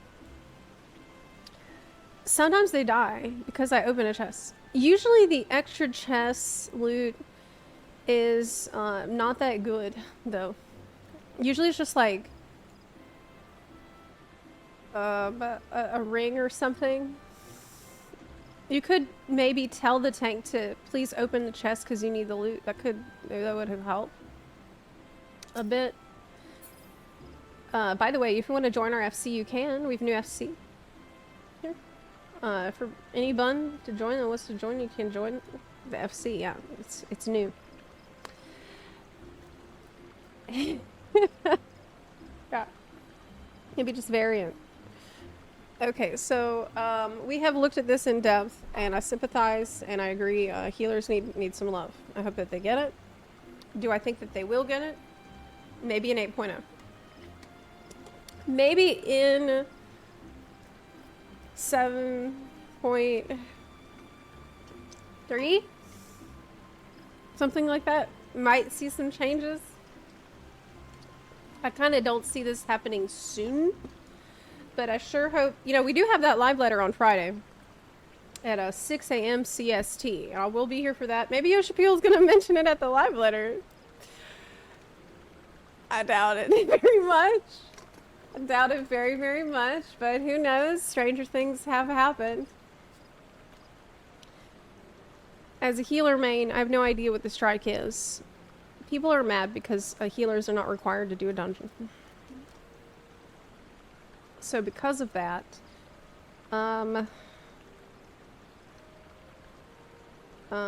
healers are going on strike. But I've already pointed out that there's a problem here, where if you're not needed in the dungeon, then how is the strike going to work? You know what I mean? Because the strike is supposed to make people notice that someone was missing that was really important to be there. It's kind of a catch. I don't know. Yeah. If you're not needed, then see what I mean? Okay.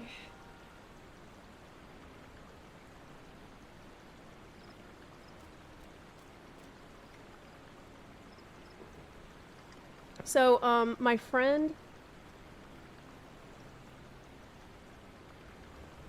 a friend of mine, who has been affected by this is kind of serious topic.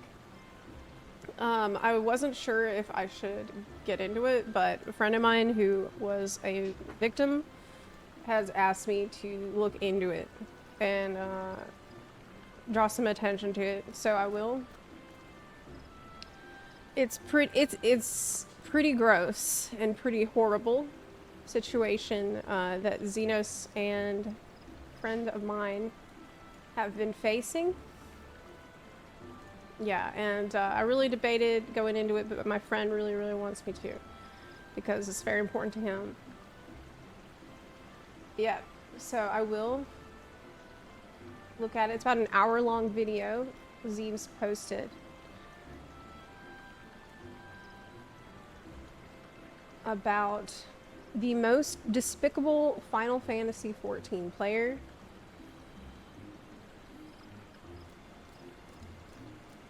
Hi, Zemo. I'm your #1 fan. I've been subscribed to you for 3 years. I'm gonna meet you at FanFest, Zemo. Hi.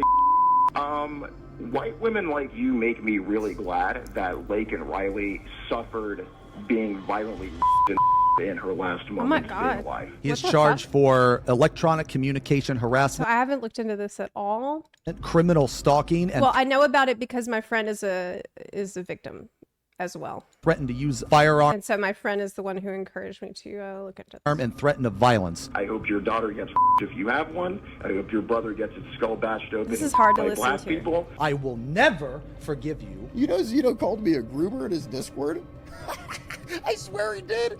because you yourself are a groomer, and I will prove this. I will prove this. Now, he doesn't know I have this evidence. This is no, horrible. No. Oh my god. No. This is something that he doesn't. So basically, he's been harassed by this person for quite some time, as you can know hear. about. Zeno, you're sexually active? No! No, Zeno! I wanna have sex, Zemo! No! No! No! I wanna have This honestly makes my skin crawl. I don't know if I'm gonna be able to sit through that whole hour. sex really bad, Zemo! I know all about you. Like, I feel I so know bad for all the Xenosys shit that that he's got to happened deal back with when you this. were in high school, when you met Katie. I don't give a fuck about your shitty ass piece of shit redneck.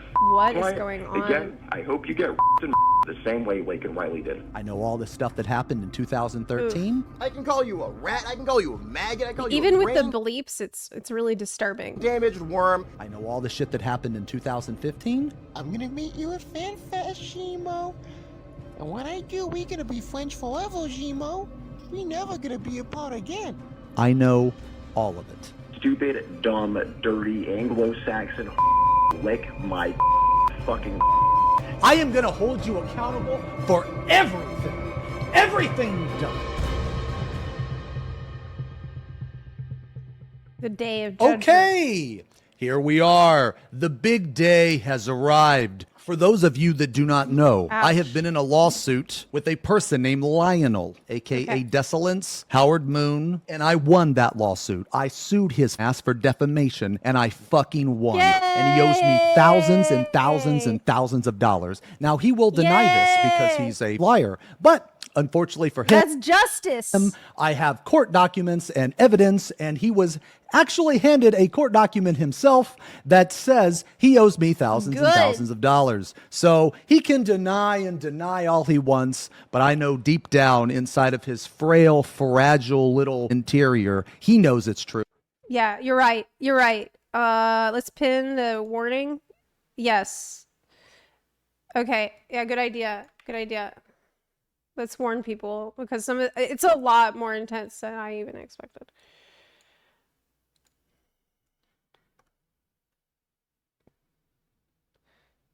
Yeah. What should I write here?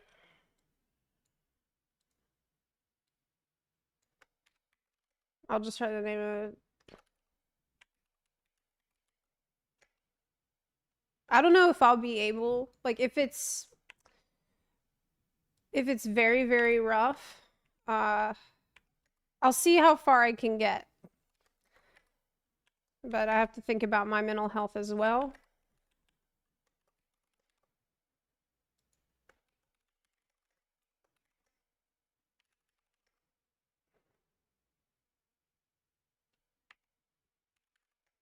Okay. All right, content warning. Okay. That seems fair. This is extremely graphic. Okay. I don't need to watch the whole thing. Yeah. I'll just see what's the situation and I'll draw some attention to this. But I'll see, like, if it gets overwhelming for me, then I will back out because of my own mental health. And he's going to have to pay me. Now, he will say that he refuses to pay me. However, he's not refusing to pay me by his choice. No. He's refusing to pay me because he can't pay me. There is a difference. There is a very, very distinct difference there, okay? He can't pay me because he is jobless. He is worthless, has no fucking schooling. He has nothing. He literally has nothing. He's so broke. He's such a broke little fucking bitch that he doesn't even have his own phone. He called and threatened my lawyer using his mother's phone. His mother's phone. This is also proven through court documents and evidence because they fucking traced the number and it came back to Nadine. Yeah, that's your mom, right? Nadine, that's your mom, right? That's her number. Yeah, God. because you are such a fucking bum that you have to involve your mom in this shit. That is how worthless and vile you are. Oh, I know all about you. I know all about you. I know all the shit that happened back when you were in high school, when you met Katie. I know all that. I know all the stuff that happened in 2013. I know all the shit that happened in 2015. I just Fast can't forwarding- believe that this whole time. Like, how long has this been going on? And he's been dealing with this behind the scenes this whole time. a little bit to 2017 when you started to attack me and Ember, and then you went back to Katie in 2019. Yeah, I know Holy all of shit. it. I Years. can prove all of it. I Years. have evidence of all of it. And what do you have? Over a year and a half ago, I told you, because you sent me an apology. Now, you can deny it all you want. And I don't care if other people believe me or if they believe you. I don't give a shit. Because what matters to me is that me and you both know that you made an apology video to me and Ember, and other people saw it. I saw it as well. And in that apology video, you admitted to being a fucking psychopath. You admitted to being cringe, and you admitted to being wrong. Now, that video is gone because your channel was since deleted, which for some weird reason, he likes to say that his channel wasn't deleted when it actually was. He will lie about literally anything. You apologize to me. Whenever you apologize or expose yourself for being vulnerable or something, you're trying to manipulate the person that you're talking to. I know this because you're a fucking psychopath and you're an incel and a narcissist. That is how your brain functions. I rejected that apology. I will never forgive you for what you did to her. I am going to hold you accountable for everything you've done. You're not going to be able to escape this. No. See, the thing is, you fuck around and find out. Oh, when you found out, you got hit hard. Ooh, you got hit so fucking hard. You got hit like 5 digits worth of money hard. I have spent the past year collecting evidence and just staying silent. I haven't said a fucking word this entire time. But today, I'm going to. Because today, I can say whatever the fuck I want. Because my lawsuit's over. I beat you. I won. Do you guys know now he can say what's happened. How hard it is to prove defamation? It is insanely hard. And able to prove someone defamed you, you have to be dealing with an actual psychopath. Just so you guys are aware, it is insanely fucking hard to prove defamation. And let me tell you this. I not only proved defamation, but I proved that you are a liar. I proved that you don't give a shit about any type of potential victim or anything like that. Okay, so first off, you claim that I have groomed and abused people. And at the same time, you call those people that I have groomed and abused, you refer to them as meat bags to fuck and human fleshlights. You don't care if I'm a groomer or not. You don't give a shit. Because you yourself are a groomer, and I will prove this. I will prove this. Now, he doesn't know I have this evidence. No. This is something that he doesn't know about. He will say that he has not been charged as a criminal. He is lying about that. I have evidence. I have literally court evidence from the Massachusetts website. He is charged with 3 counts. He is charged for electronic communication harassment, criminal stalking, and threatened to use a firearm and threaten of violence. 2 of those counts are 100 days or more in jail. One of those counts is 100 days or less in jail. Now, he will lie and he will deflect. One thing that you guys need to understand throughout this entire proceeding is that he is a narcissist. He is an incel. He will lie and do whatever he can to is this guy going to be, is he going to go to jail? Is he going to be arrested? Twist and manipulate things. He will never admit to fault. Even if you have evidence, he will still be like, nah, that's fake, bro. That's fake.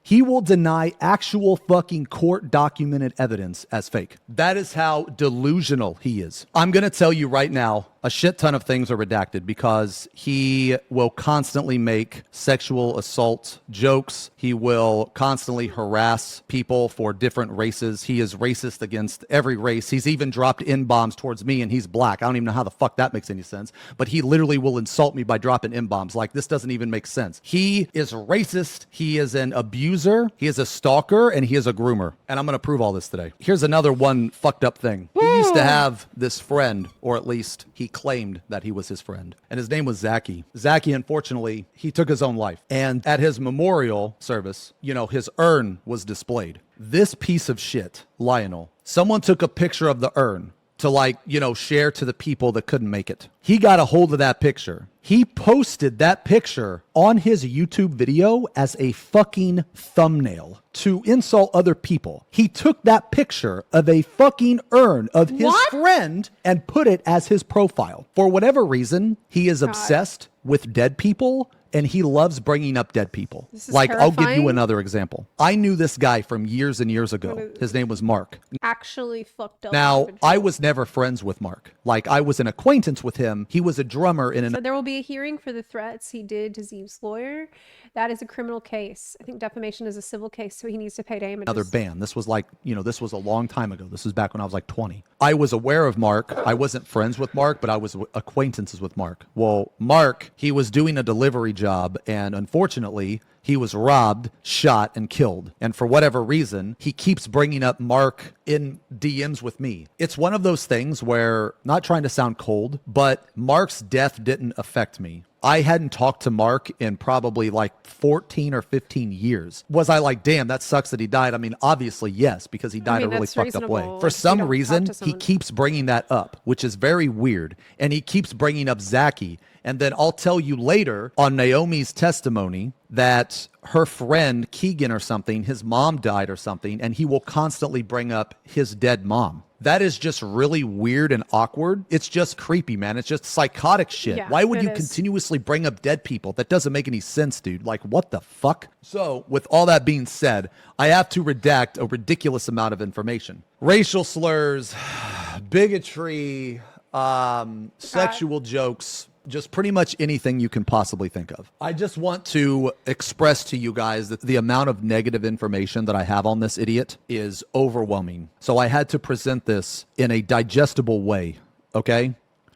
Now, this Google Doc is 9 pages. It's going to be a lot more than that. We're going to watch some videos. However, I'm going to say this. I am not going to watch a majority of his content. His content is all the same in every video. In every video, he will have this weirdo wall behind him where he has taken like just weird shit and pasted it together, and he will just rant. All of his claims are baseless. He doesn't have a single piece of evidence, of actual evidence. You don't have to actually believe anything that I'm saying. I don't care if you do, because everything I'm telling you will be backed by proof and evidence. All that being said, let's get into this. Okay, so this So he finally won the lawsuit and he has this mountain of evidence that he can finally sort through with it. I just can't I can't help but feel like you never know what somebody's going through, and you just never know what kind of battles somebody is fighting that they can't even say anything about, they can't even tell you about. Like the fact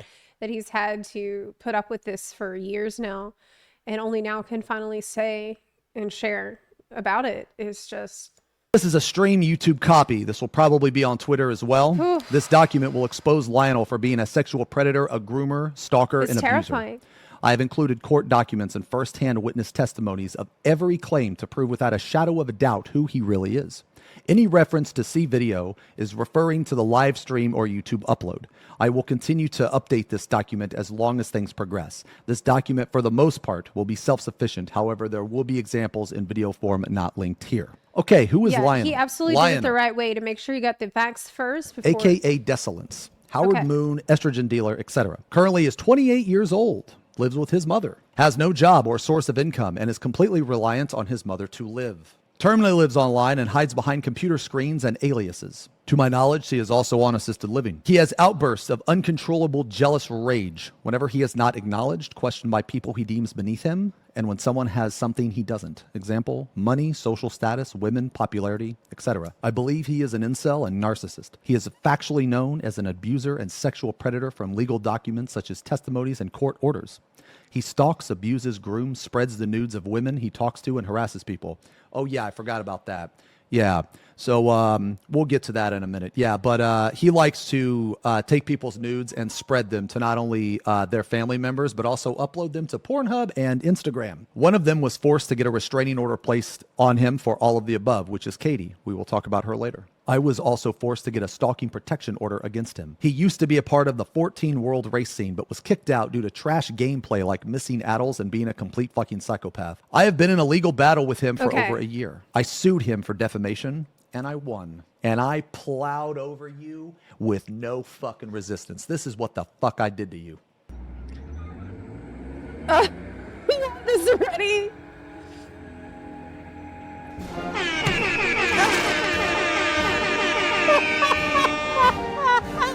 That is what the fuck I did to you.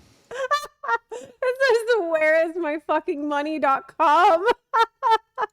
You know what's funny, man? Legend. When I went to FanFest last year, I actually paid $2,500 just to crush I did not see that coming at all. that car with that tank so I could put that in this video. Oh my God.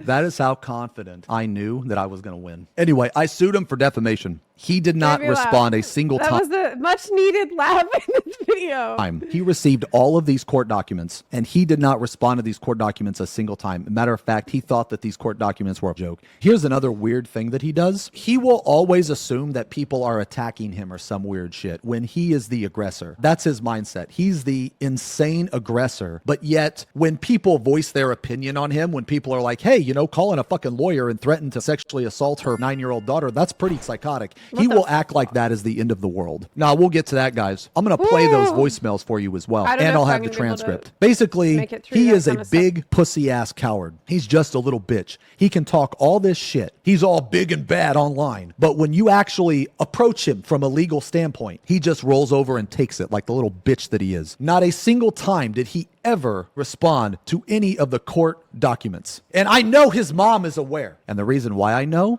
is because she was handed court documents. And I know she was handed court documents because I hired a fucking civil processing server. What did he accuse me of? Sexually and physically abusing women, being a pedophile, being a groomer, sharing with other people such as Lamatad, holding a woman captive in my own home against her will. These are the things that he accused me of. Now, you would think that if someone accuses someone else of these horrendous This is fucking insane. actions, you would think that they would go to the police. But instead, you know what he did?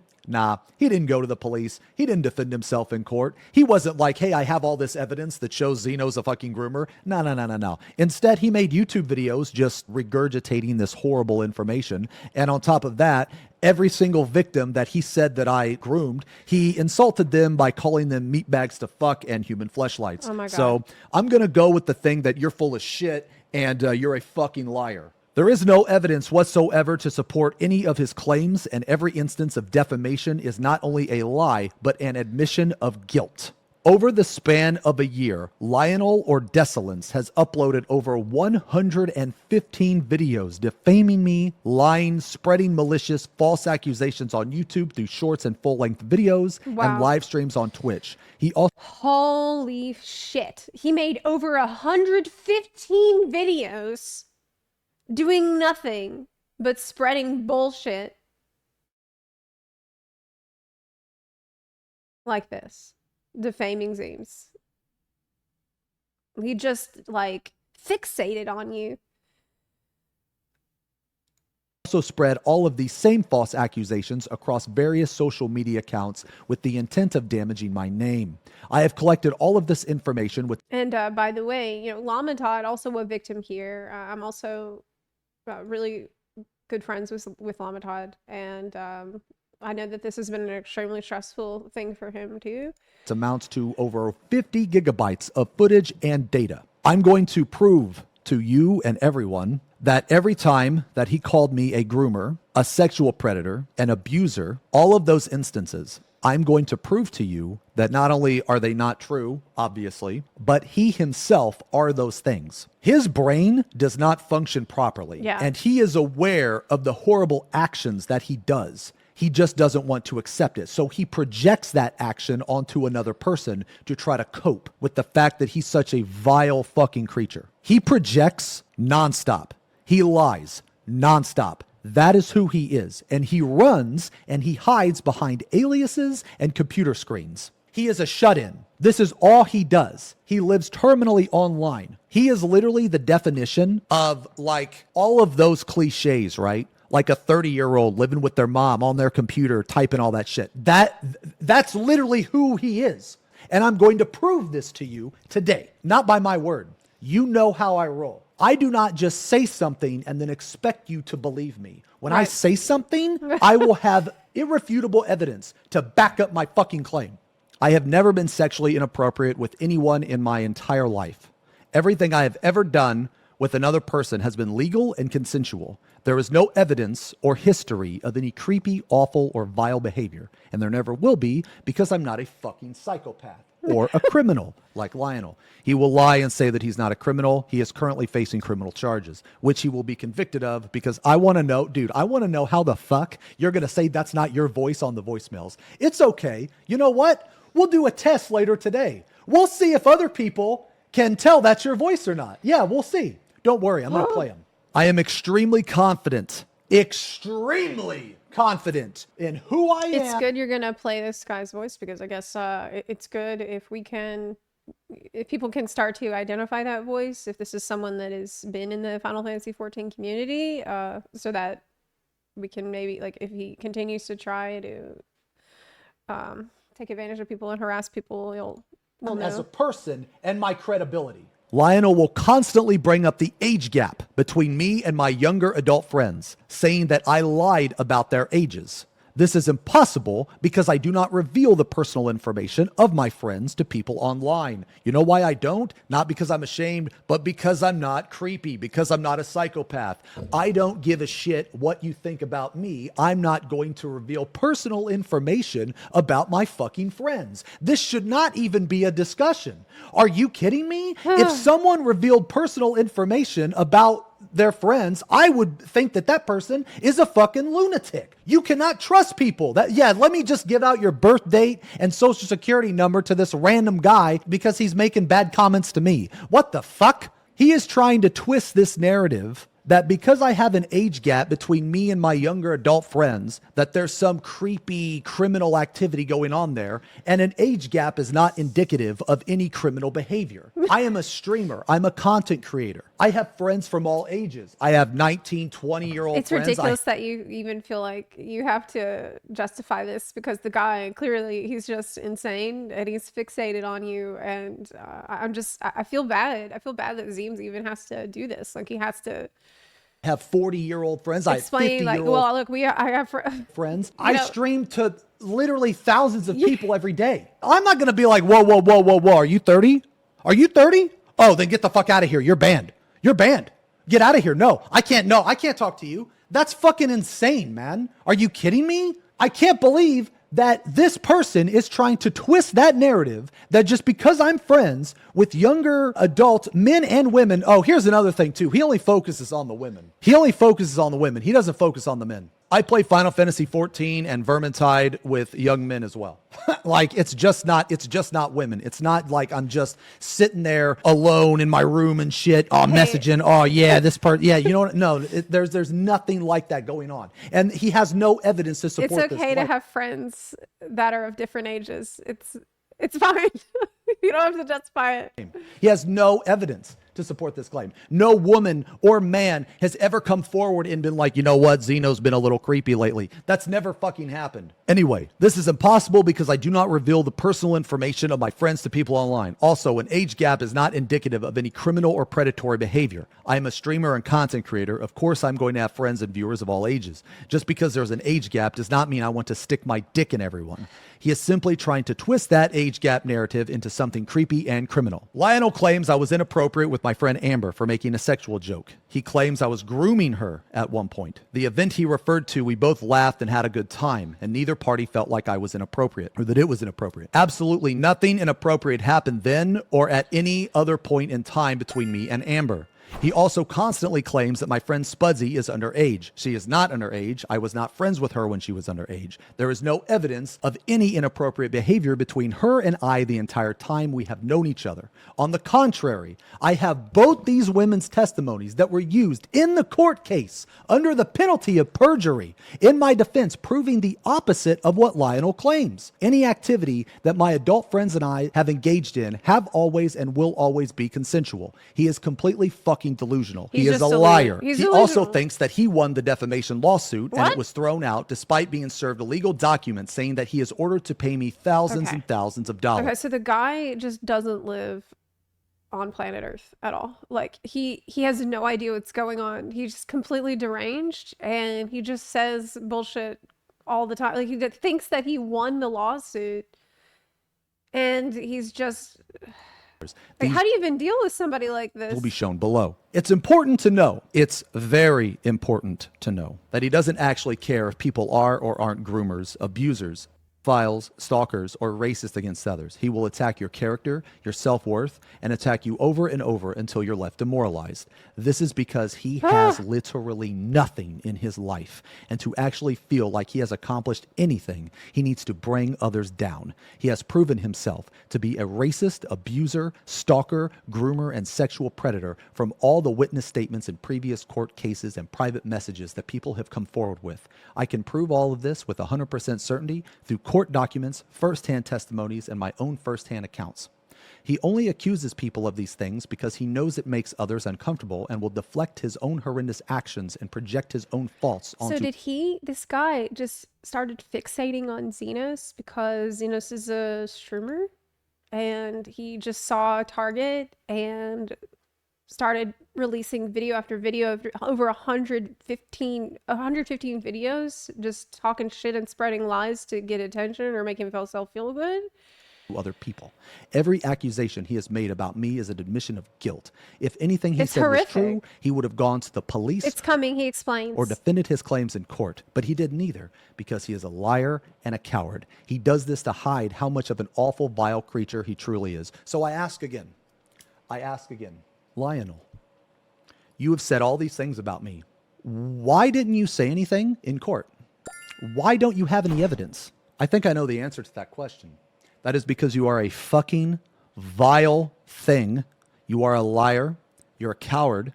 And you know that it's not true. I will actually prove that I know that he knows that it's not true. I can actually prove that as well. We'll get to that when we get to the voicemails. He has no evidence, no witness testimony. His evidence to any claim is just, trust me, bro. And in the eyes of the court means absolutely nothing. This was proven when he never not one time, ever defended himself. Even when he showed up to the damages hearing, he showed up. He actually gave his friends the Zoom call info too. There were people in there. One of their names was like John Groomington. Another was like Groomer Vex. And let me tell you, that didn't look good. That did not look good for you. Even when he showed up to the damages hearing, he remained silent the entire time. Even after the judge called his name twice, I ran him over like the little bitch that he is with not a single ounce of resistance throughout this entire proceeding because he is very self-aware of his cowardice and lies. Why would you invite your friends to watch a losing court case? I don't know, but they were there and they saw him lose.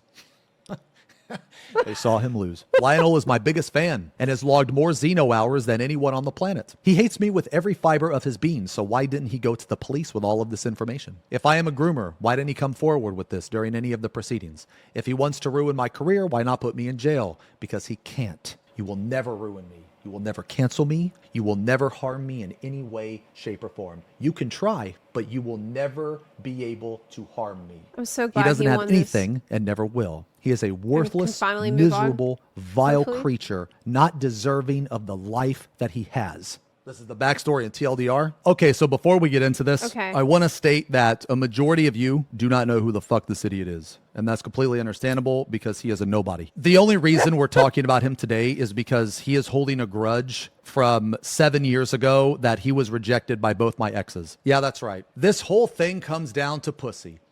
This whole thing comes down to women.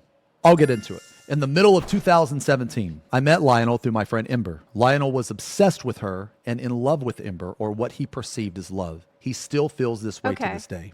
I know you do. Ember wanted nothing to do with him because he is a fucking psychopath. She rejected him, and we got into a romantic relationship lasting over 2 years. As this was going on, he tried to get with my ex, Naomi. She also rejected him. This pushed him into an uncontrollable amount of rage and anger. He could not handle the rejection and still can't to this day. You were rejected by both my exes. You will never live that down. You will go the rest of your miserable fucking vile life thinking to yourself, man, how the fuck was I rejected by not only one, but 2 women? From the person that I hate the most. This pushed him into an uncontrollable amount of rage. He could not handle the rejection and still can't to this very day. He began to post any malicious and fictitious information he could to not only smear my name, but also Ember's. This did not work, which made him even more angry. He was hurt, humiliated, and his vile voice fell on deaf ears and over time became more and more irrelevant until he was a ghost. This went on for around a year. He eventually lost focus on us and started his abuse on Katie. We will talk a lot more about Katie later on. At the time, I had no idea who she was, but she was someone he became romantically involved with in September of 2013.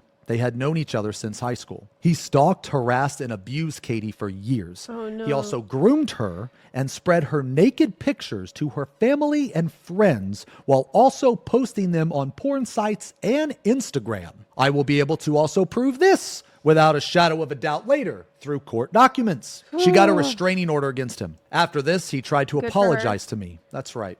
You tried to apologize to me. And you put on your, oh, I'm so sorry. to What I was apologize? doing was so vile. You What? put on your little bitch-ass facade that has worked on other people, but it did not work on me. I will never forgive you, and you will be haunted by that for the rest of your life. You will never let it go. You will always hate me for it, and I will never, never fucking forgive you. You can eat shit. Other people saw this apology. You admitted to being a psychopath. Absolutely You admitted the right to being response. cringe. You admitted to fucking being brain damaged, and you were very apologetic. However, I knew it was bullshit. It was complete 100% bullshit. That rejection triggered all the past events and set him into another rage. This happened over a year ago, and here we are today. Okay.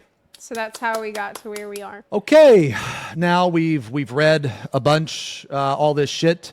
I needed to basically type out all of this to give you context on what exactly happened. I need to give you context on all of this shit. Now, we will get into the meat. We will get into the shit that you want to see. We will get into all of this evidence that I've been talking of. Naomi, Okay. here is her statement.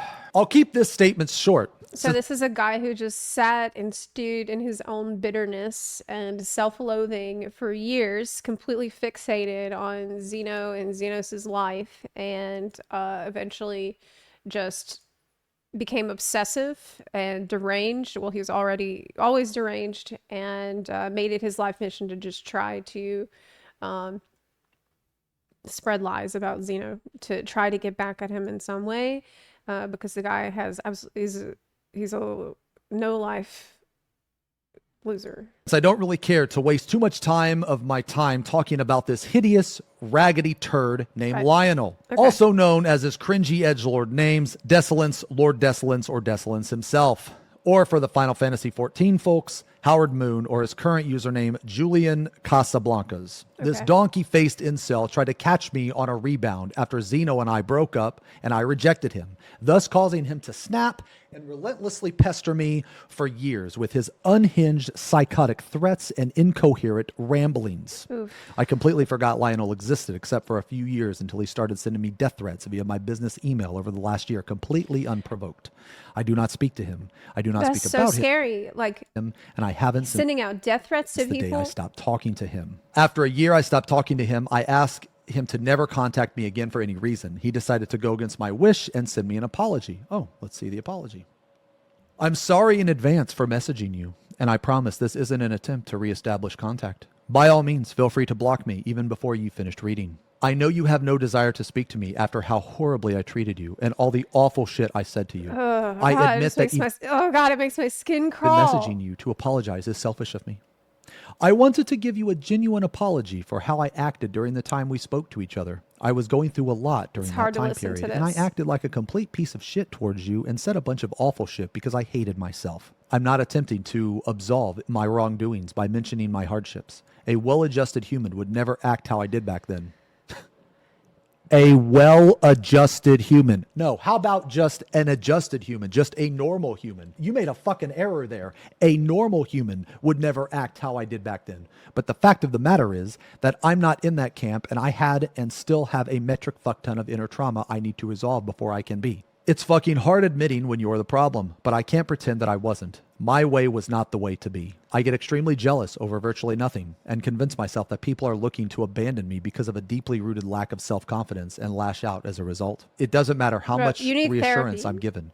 It's You never need more than therapy. enough I don't because even know. all of the issues I have, even if that is true, there's no point in doing anything besides quietly accepting it because I didn't understand that. I said unbelievably horrible things to you because broken people like myself try to break others. What a fucking coward. He's trying to blame inner So trauma gross. on acting It's like so a fucking psychopath. gross. It's like you know that you are the problem. You know that you're doing evil shit, and you'll admit it. But at the same time, you're trying to worm your way back into people's lives so you can do more damage. This is manipulation. He's not actually Yes, sorry at all. it is this piece of absolutely- shit.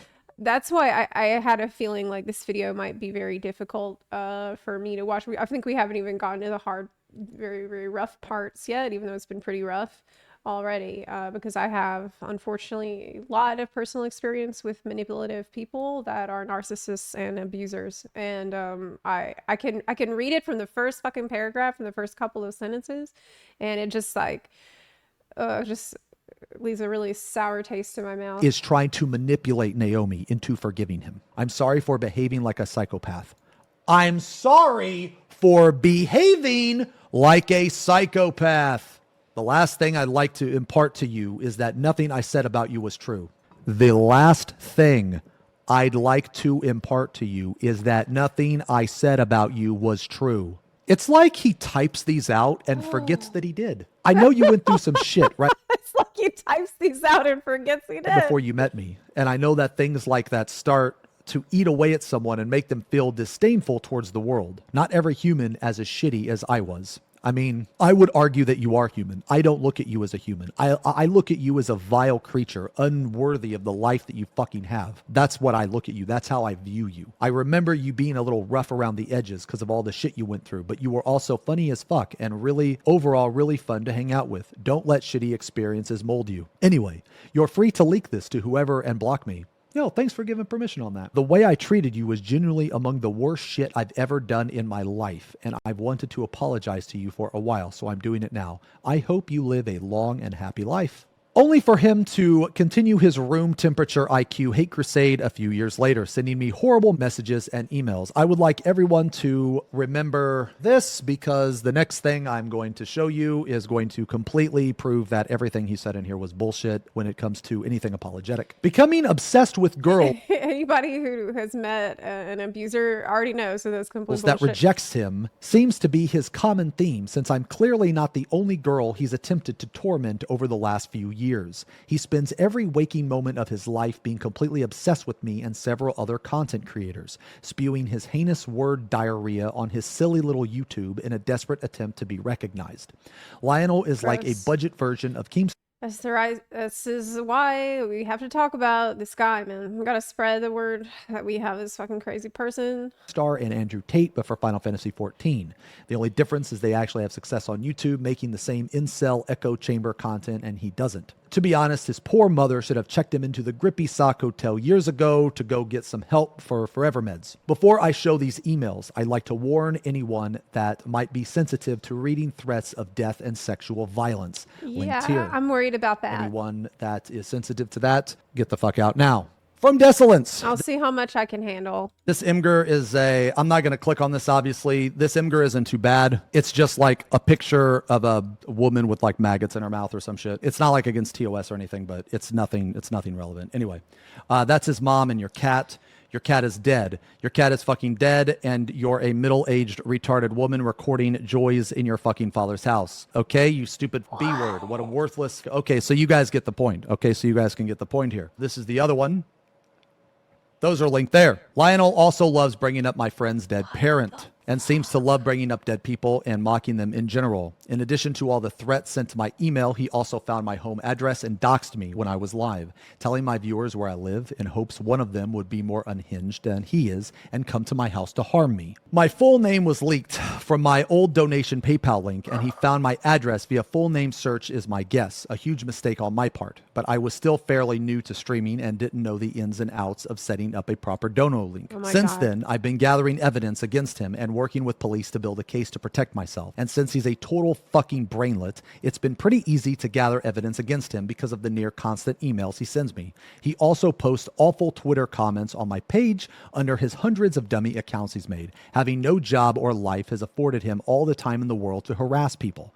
I hope this walking can of pussy repellent gets what he deserves. I would love to finally forget that this fucking brainless swine exists and move on with my life. Thanks for reading, Naomi. Thank you very much, Naomi, for giving me that statement. You Holy met him shit. in a way because of me, and for that, I have always been very, very sorry. Anyway, that is Naomi's statement. This is the apology. These are the emails he sent. This is him doxing her. On 3/30/2023, entered the live Twitch stream providing messages to users in the Twitch channel, full private details, a picture, as well as typing information into the live chat. Holy Timestamp shit. is US EST. This Full details.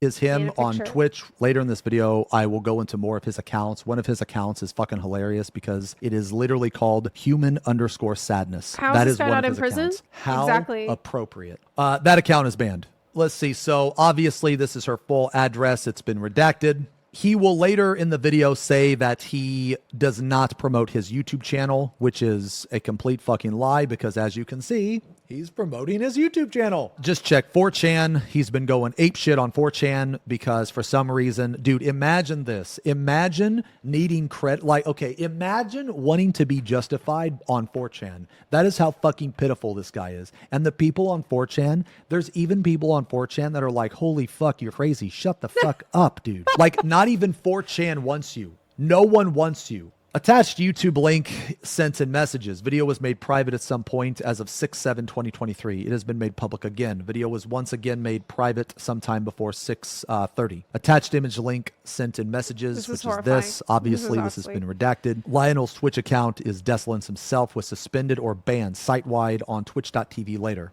Yeah, you can thank me for that. You can thank me for that because right when I found out your fucking Twitch, and I will say this, you did stream on that Twitch a couple times. We have those videos, but I don't think you do. Yeah, I don't think you do, but we do. I messaged my partner rep and was like, hey, this fucking psychopath is doing all this shit. And he was like, nah, I got you. And boom. So you can be mad at me for that. Oh, that account got banned for doxing. His new account. Yeah. So this account right here was banned for doxing. The one that I got banned was Human Sadness. Preventing him from Wait, we need using the any of the IP chat bans. or messaging features. Twitch does not publicly disclose the duration or reason for the suspension or ban. Doxes Naomi, Discord attack. Lionel had joined the community Well, I hope Discord it's server the permabanned. same day just prior to doxing on Twitch TV. He was posting not safe for work images and personal information in the Discord channels. Discord server and Twitch channel moderator banned the Discord account and scrubbed the server of 132 messages to prevent the community from seeing it. The logs were unfortunately not documented or logged properly. Lionel's description of the event, the mod's description of the events was the directly message me to via Discord, but he posted pictures of a dead girl, spammed Naomi's personal info a bunch of times. That What? picture was the thing that he sent Naomi in the previous email, at least to my knowledge. Some barista ASMR video in the last message he typed before I banned him was at Naomi and telling her to K herself. Local police departments were contacted the day of the initial incident. Included images of the date, joined the server, as well as the logs that remained of his behavior in the Discord server. Desolence Discord user ID. This is more Discord shit. Member banned. He loves to make multiple accounts. And This happened through Discord. It's happened through various channels. The guy had been in the FF14 community, from what I understand. He was doing some world firsts raiding, but he knew Zeems from some personal acquaintances before that. And he had gone onto YouTube and posted like over 100 videos, 115 videos, just defaming Xeno and spreading lies to try to ruin his life. And also all these other horrendous things that he's doing to women surrounding Xeno, and also bringing in other like doxing content creators, doxing streamers, and just pulling everybody into this whirlwind of vile bullshit that he creates. he loves to spam. More Discord shit being banned. Oh, this is nice. 5/28/2023. Discord Email, Twitch, Discord, everywhere, at every angle. account that was in the server was attempting to friend request Discord ID. Your cat is dead. I wonder who that could be. I wonder who your cat is dead could be. Huh. Let's see. YouTube attack. YouTube attack. Only shared Discord was Xenosys, which had joined his server 2 days prior. Twitter states Massachusetts residents, also makes mention of telling people that is where he lives in Massachusetts. Telling people if they have a problem with him to come to Massachusetts. This is his YouTube, which he claims he does not like advertise or whatever. I would imagine this is a video. Video renamed 672 will perish in her mother's house.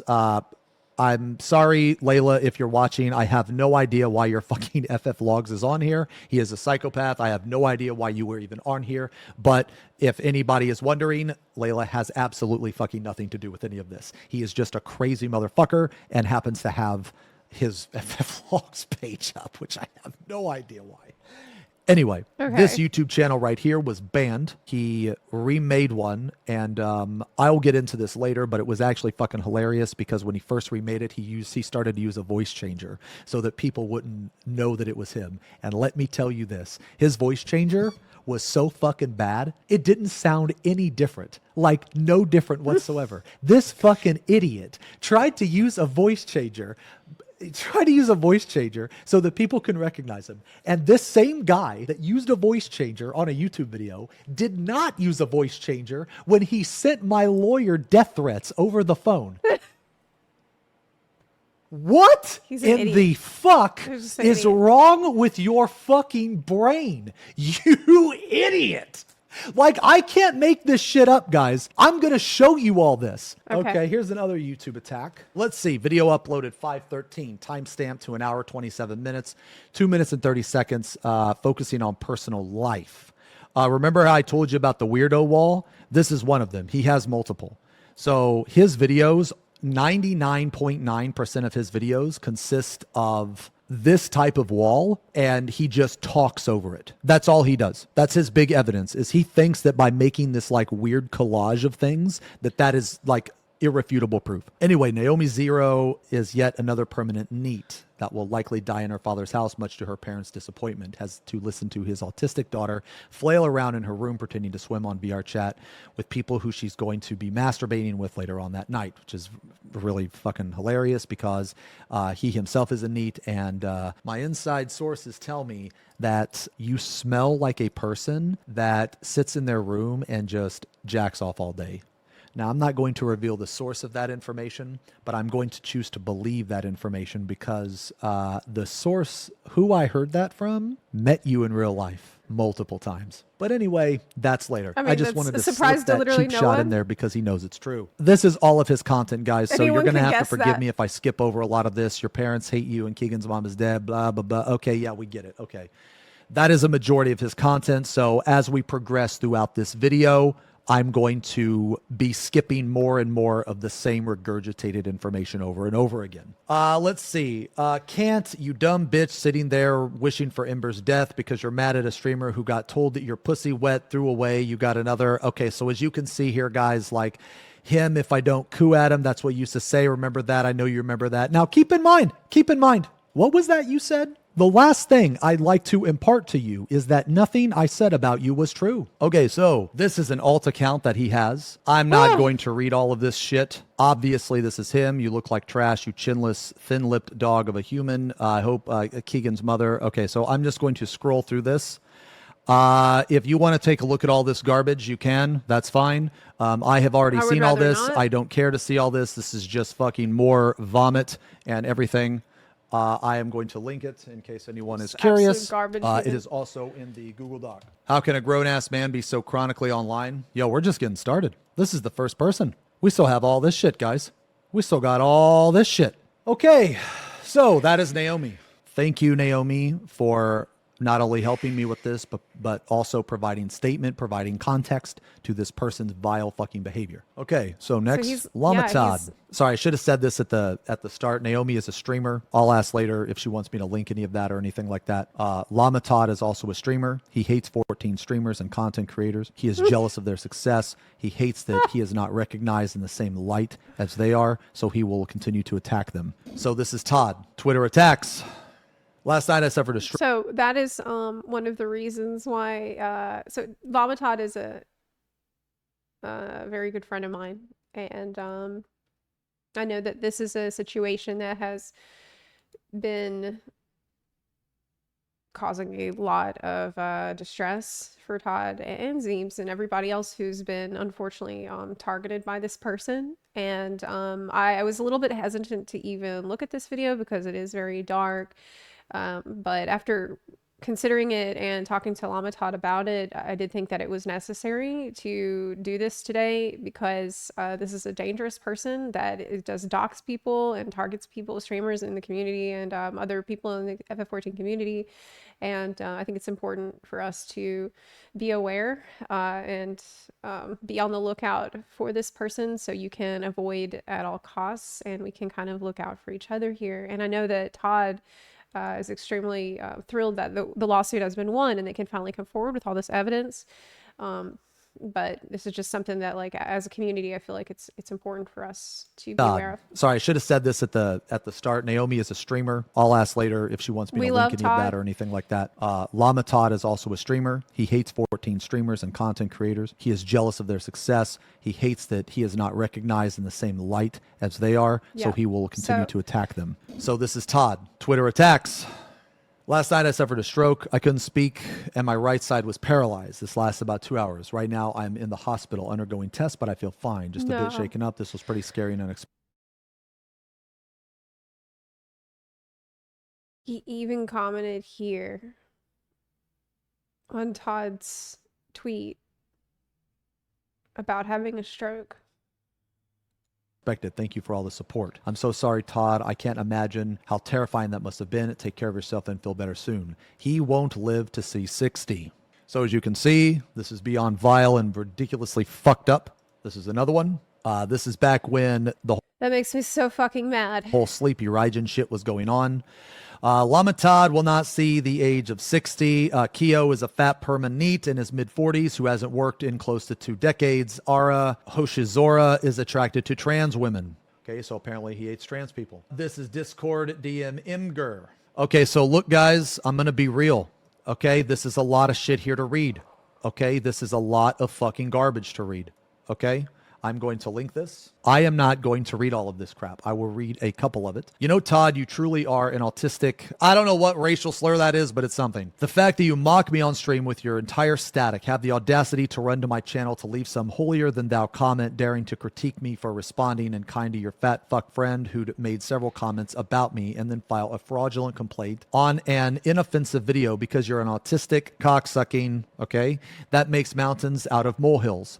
Okay, so what he's referring to as something that really pissed off Lionel is that Todd copyright struck one of his videos and it had to be taken down. And that's absolutely fucking hilarious to me, that how mad he got for that. So this idiot, he stole Todd's content. He made insane remarks and shit all over him. And then this guy has the audacity to get mad when it's taken down for being vile, horrendous, and content theft. Are you fucking kidding me? Well done. The video will be reinstated either way. But I just really wanted to call you a stupid cocksucking. You don't have the influence you think you do. And you aren't God just because a few hundred autistic people join your Discord. You and your little bitch-ass wife can both throat me until you die. The fact that you quit crying on Twitter the second I type Zep's name shows exactly where your priorities are. You powerless... Ooh, is that a G there? Is that a G? I think that's a G. Enjoy spam reporting my channel until you die. Didn't Zep call you an idiot? Wasn't that what he called you for missing that addle? I think he calls you an idiot. Oh no, they're talking about Zep from the Yeah, static. you're definitely a fucking idiot. Go fuck yourself. Tweet about Zep. Oh wait, you don't actually give a shit. Fuck. That scared me. Off. Oh my god, look at this abhorrent behavior. This person doesn't like being called a... I mean, not that it isn't still terrifying, but... I don't know what that is. Yeah, off yourself, guarantee. It's really hard to hear this directed at my friend Todd. I'll never see you say one word about anything actually meaningful, but the fact that you had the audacity to sit there fucking typing over an inoffensive 8-minute video. Okay, so... inoffensive 8-minute video. The entire video was just him talking over his weirdo wall. That was it. And he was just shitting on content creators. How in the fuck is that considered content? How in the fuck is that considered non-offensive or not harassment. Like, you are literally brain damaged. Your brain does not function like that of a normal human, which is why I don't view you as a human. You are a vile creature. Tried cosplaying like I was making it some serious drama because you're an autist. Okay. Anyway, guys, look. Okay, it just continues to repeat. Okay. Now here's So much Todd's of this statement. too. My name is Todd, a content creator and streamer known as Llama Todd on the streaming platform Twitch.tv. My first encounter with Lionel was in June 2023 when I was tipped off by a Twitch viewer that he had published a video reacting to my content. Real quick, before I continue with the statement, I want to make it perfectly clear. None of these people know who Lionel is. Lionel was so self-conscious and such a pitiful little bitch. He went out of his way to attack these people because he felt threatened that the shit they were saying about a psychopath was real. So he just started, the guy just, he's just got more and more and more and more mad at the fact that he can't do anything about his life situation, and starts lashing out and targeting other FF14 people in the community next. Because it is. You are a fucking loser. You are a psychopath. You're never going to be anything in your fucking life. You're always going to be worthless. You were worthless in high school. You were worthless out of high school. And now you're 28 fucking years old. You don't even have your own phone. You're still worthless. You haven't changed at all. Imagine not aging like mentally or progressing your life any way since high school. You're 28 years old and you have to ask your mommy to use the phone. You're 28. Okay, let me tell you guys what I was doing when I was 18. Yeah. You know what I was doing when I was 18? Okay. I've had a job since I was 15. I got kicked out of my fucking house. I had to pay for my own rent, my own fucking car. I had to pay for all my utilities when I was 18. Like, dude, I was more of an adult and had my shit together at 18 than this fucking piece of shit does at 28. Anyway, I was also informed by Tyler, aka Xenosys Vex, that he was using my footage, which he was, so I filed a copyright claim on YouTube to take down the video. I've known Tyler for roughly 6 years now. As a content creator and over the past 6 months, I've become a closer friend as we've talked and chatted online more frequently and even met in person at conventions and social events. My impression of Tyler is he is a well-adjusted, polite, kind, sincere friend who will look out for you and your best interest. Thank you very much. I really appreciate that. I have never witnessed him try to groom any young women nor any questionable behavior that would lead me to believe any of the nonsense Lionel has been accusing him of. He is a professional content creator and a very popular and respected one at that, and I feel Lionel targets him as well as others out of jealousy and spite. I have met Zeems a couple of times now. I got a chance to talk to him a little bit more at this recent media tour, and I also had a really positive impression of him. He definitely, like, I can back up what Todd says here about him, that he was very polite and very friendly and, like, completely a normal person. This is true. He will literally is admit very likable in a video later that he is jealous of me.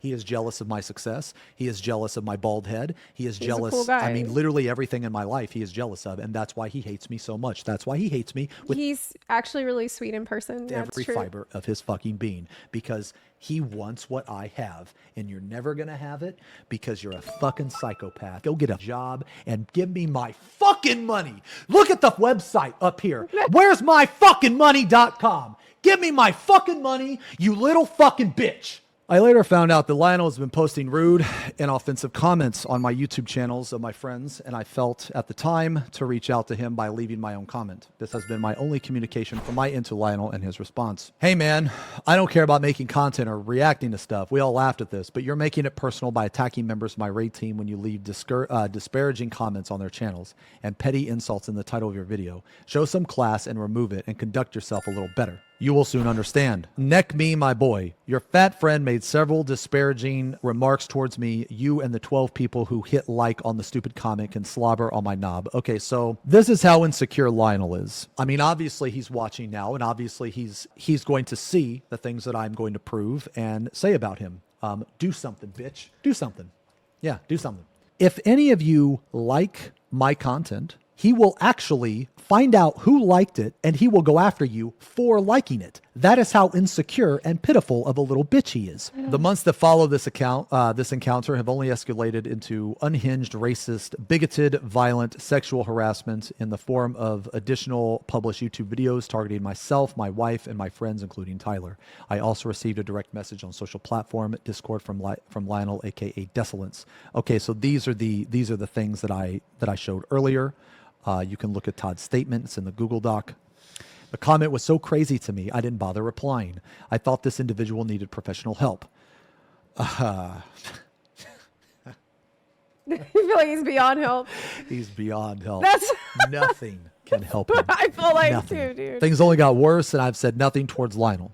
I've been ignoring his hateful messages, his YouTube videos, the crazy descriptions and titles he leaves, and attacks towards my wife. So in addition to attacking Todd, he is also saying that he wants to sexually assault Todd's wife, which I believe that he is jealous of Todd because he has a wife, and Lionel has no concept of any meaningful relationship or friendship, like romantic relationship, friendship. He has no concept of that. Like his beginning and ending, like understanding of sex or anything remotely related to that, begins and ends at his computer desk, beating his meat to amateur allure, trying to keep it down because his mother is in the next room. That is his understanding of sex. He has no concept of a friendship. He has no concept of flirting or dating or monogamous relationship or an open relationship. He has no fucking concept of any of that. His brain doesn't work properly. He doesn't understand the concept of, a man being friends with a woman because he's an incel.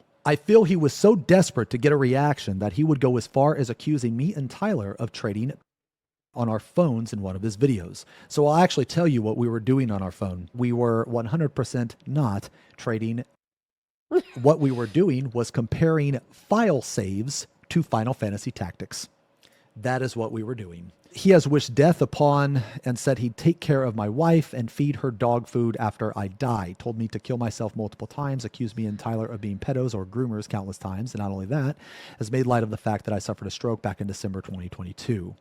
Todd is doing well. That is fucking awesome. He wished that I had another stroke and also wished that my wife would suffer a stroke 10 trillion times in one of his crazy videos. This is an example of the insane video descriptions he left me to read. I can't believe this. Like, Todd, I knew that he was going through it, and I knew that he was being harassed because he's my friend, and I've talked to him about this, and he's one of the reasons why I decided that it was very important to watch this video and spread the word about this guy today. But to hear actually the things that the guy said, it just makes me so mad. Your brain will never be the It's same. disgusting.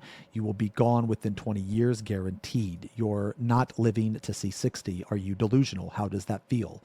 Roll that one around in your head for a little. Don't think too hard or you'll need to take a nap. For the rest of your life, your brain will never be the same. It'll only decline. An epic Eorzean strummer is going to rack to that? Nope. Oh, but on the contrary, we are racked into it, and you are being exposed for. We are racked into it. That's right. I think the epic Eorzean strummers are gonna rack right now. Yeah, I think we will. Or every little, well, not every little thing, because otherwise this fucking react would take like 5 years. But you are being exposed and held accountable for the severe shit that you've done. Anyway, yeah, you get the point. Lamata will be dead in 20 years. Okay, you get the point. Yo, this is actually fucking hilarious. You sat there mocking German retard Zepp who called me the N-word over the crimes of missing Adels. Did he call you that? I don't think so. I clearly remember he called you an idiot, right? Yeah, he called you an idiot. It's indefensible, so Eorzea ignores it. Since no one actually cares, it's real easy to drop the act whenever. Lamatad won't be alive to see age 60. Sucks for you. Okay, so you can see it's just more shit. I'm glad you're going to die. Glad you're going to die. Glad it's just more shit that, like, Frosty Mogborn is a racist. Any And sort then of pulling Todd's wife into this as defense well. for that fact that you Eorzean pigs leapt at the opportunity to call me racist for simply writing out the N-word within context, and yet you filthy. Well, actually, no, that's not the whole. That's actually nowhere close to the whole story. So I had to redact so many fucking racist comments from you, spanning across like white people, Asian, Indian, Middle Eastern people, like literally any type of racial comment you could make, like any type of derogatory racial comment. He has said it and he has believed it. And I know because I fucking redacted all of it. That's all I've been doing for the past week. The man is obsessed with me, Tyler, my wife, and many of our content creator friends that he's made several dozen videos attacking and harassing us with a similar hateful tone. He often changes the video titles and descriptions to try to get our attention. Oh yeah, this is so weird. This is like so fucking weird and pathetic. So what he'll do, he'll take his YouTube video and he'll change the title. Most of the time, we don't even notice, but he will literally change the title to try to communicate with us. Is he doing it right now? He probably is doing it right now. One of the things he changed his titles to was white man doxes black woman. Look, man, we're going to get to that in a minute, but I have never doxed him. He has doxed me, but I've never doxed him. And you know what? Anyone that he harasses, I want to be perfectly clear, any single person that he harasses or stalks, I will give you information on how to seek legal action for him. I will give you information on how to find him. That information is going to include his mother's address. You know why? Because he lives with his mom.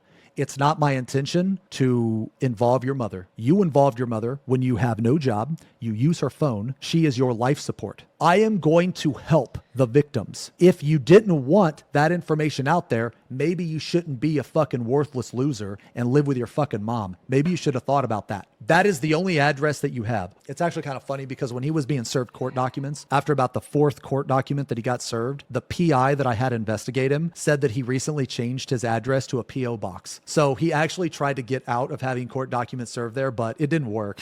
It didn't fucking work, you idiot. It didn't fucking work because they already served you like 4 fucking times. Strummer rack, strummer rack, strummer racked. Oh, we're racked-in. Anyway, Lionel shows no sign of slowing down or stopping publishing his content. I feel threatened. My wife feels threatened. This man needs to be removed from social media and not allowed to contact any of us because he is the craziest, most hateful, angry person I've ever encountered online. All of his videos are just mindless ramblings of a bitter person, jealous of our success, of our lives and happiness, and he wants us to react, to lash out, to fight back on his level. I refuse to have such exchange with this person. There is no reaching him. He will continue on this path for the foreseeable future. He is not taking the lawsuit seriously and is adding fuel to the fire for more of his videos. Ooh, I'm going to get to that. Ooh. Remember how I said I got, eyes and ears everywhere? Well, I have some very, very nice screenshots of him making fun of the lawsuit. Him and his friends. Well, I'm hesitant to call them friends. I think that they surround themselves with him, not because they're necessarily his friends, but because they hate me. And they will egg him on because they know that he is a fucking psychopath. And they know that he will do things that they want to do, but because they're more functioning humans than him, they would never do. So I don't think that they're necessarily his friends. I think that they just share a common interest in hating on me. I'm tired of the disturbing comments, of the harassment and allegations that he throws out in an attempt to damage our reputation and image online. As a content creator, when people throw out these kind of accusations, it can lead to them getting canceled, losing sponsorships, losing income, and additional opportunities since other brands, creators, or viewers will distance themselves if they perceive any of those falsehoods to be true. Thank you for your time. I appreciate you reading my statement about Lionel, aka Desolence, Todd, aka Llama Todd. Man, I'm so upset to find out that this is it's one thing to hear that he had been harassed, but it's really another to actually see these things like word for word and it's spelled out, and the kind of things that the guy had been saying to Todd and his wife. Like, I can't imagine trying to deal with this and also not being able to say anything about it because you have court proceedings underway and they haven't been able to say shit until now that they've won the lawsuit and they finally have some evidence. I mean, like, not that they finally have, but they have this mountain of evidence that they can finally share. And it's heartbreaking for me. It's upsetting and it makes me really fucking mad. Like, I want to see this guy Like, why isn't he in jail yet? Losing income.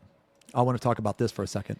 I'm just going to say this. I showed proof of a loss of income. And because I showed proof, he now owes me 5 figures. How much? I will get to that. And there's nothing you can do. Cry it up, lie it up, do whatever you want. But there's nothing that you can do. You owe me that money, and look up there. Where the fuck is my money? He thinks he's going to get out of paying me. Now, it may take me years to get it, but ooh, I'm going to get it. I'm going to get it. Eventually, your mom's going to die, and you're going to have no one to support you. And when that day happens, okay, you're going to have to get a job, or you're going to be homeless. And if I have to choose between you being homeless and a bum or you paying me back, I don't want the money. I don't want the money. I don't. Because if you're a bum and you're homeless, you don't have access to the internet. I can't even imagine what you would do without the internet. I can't even imagine like what you would do with your time. Is this censored criminal or civil matter? With me, it is a civil matter. With my lawyer, it is a criminal matter. I am going to show you all of the evidence that has been published online in that criminal matter. You've won the lawsuit for the civil matter, and so that means that the criminal matter is still to be resolved. Okay, so now we're going to get to me. So God, I'm just so sorry, Todd. Here's the apology. Here's proof of the apology. Now, like I said, I have the link for the video, but as I mentioned earlier, the video has either been taken down or it's private. But this is us. This is having a conversation. I censored these names because I didn't bother to ask these people if they cared if I put them in the video or not. They probably wouldn't, but regardless, I'm just going to censor them. Anyway, it's just him apologizing to Xeno and Ember, repeatedly saying everyone in 14 is autistic in a non-offensive meaning way. And then going on to say a bunch of people who got kicked from Radiance and saying racist shit were only kicked for the FC image because there's a ton of other Raiders members say shit nothing or do it themselves. Solid. How the fuck was that 24 minutes? Yes, it was a 24-minute video.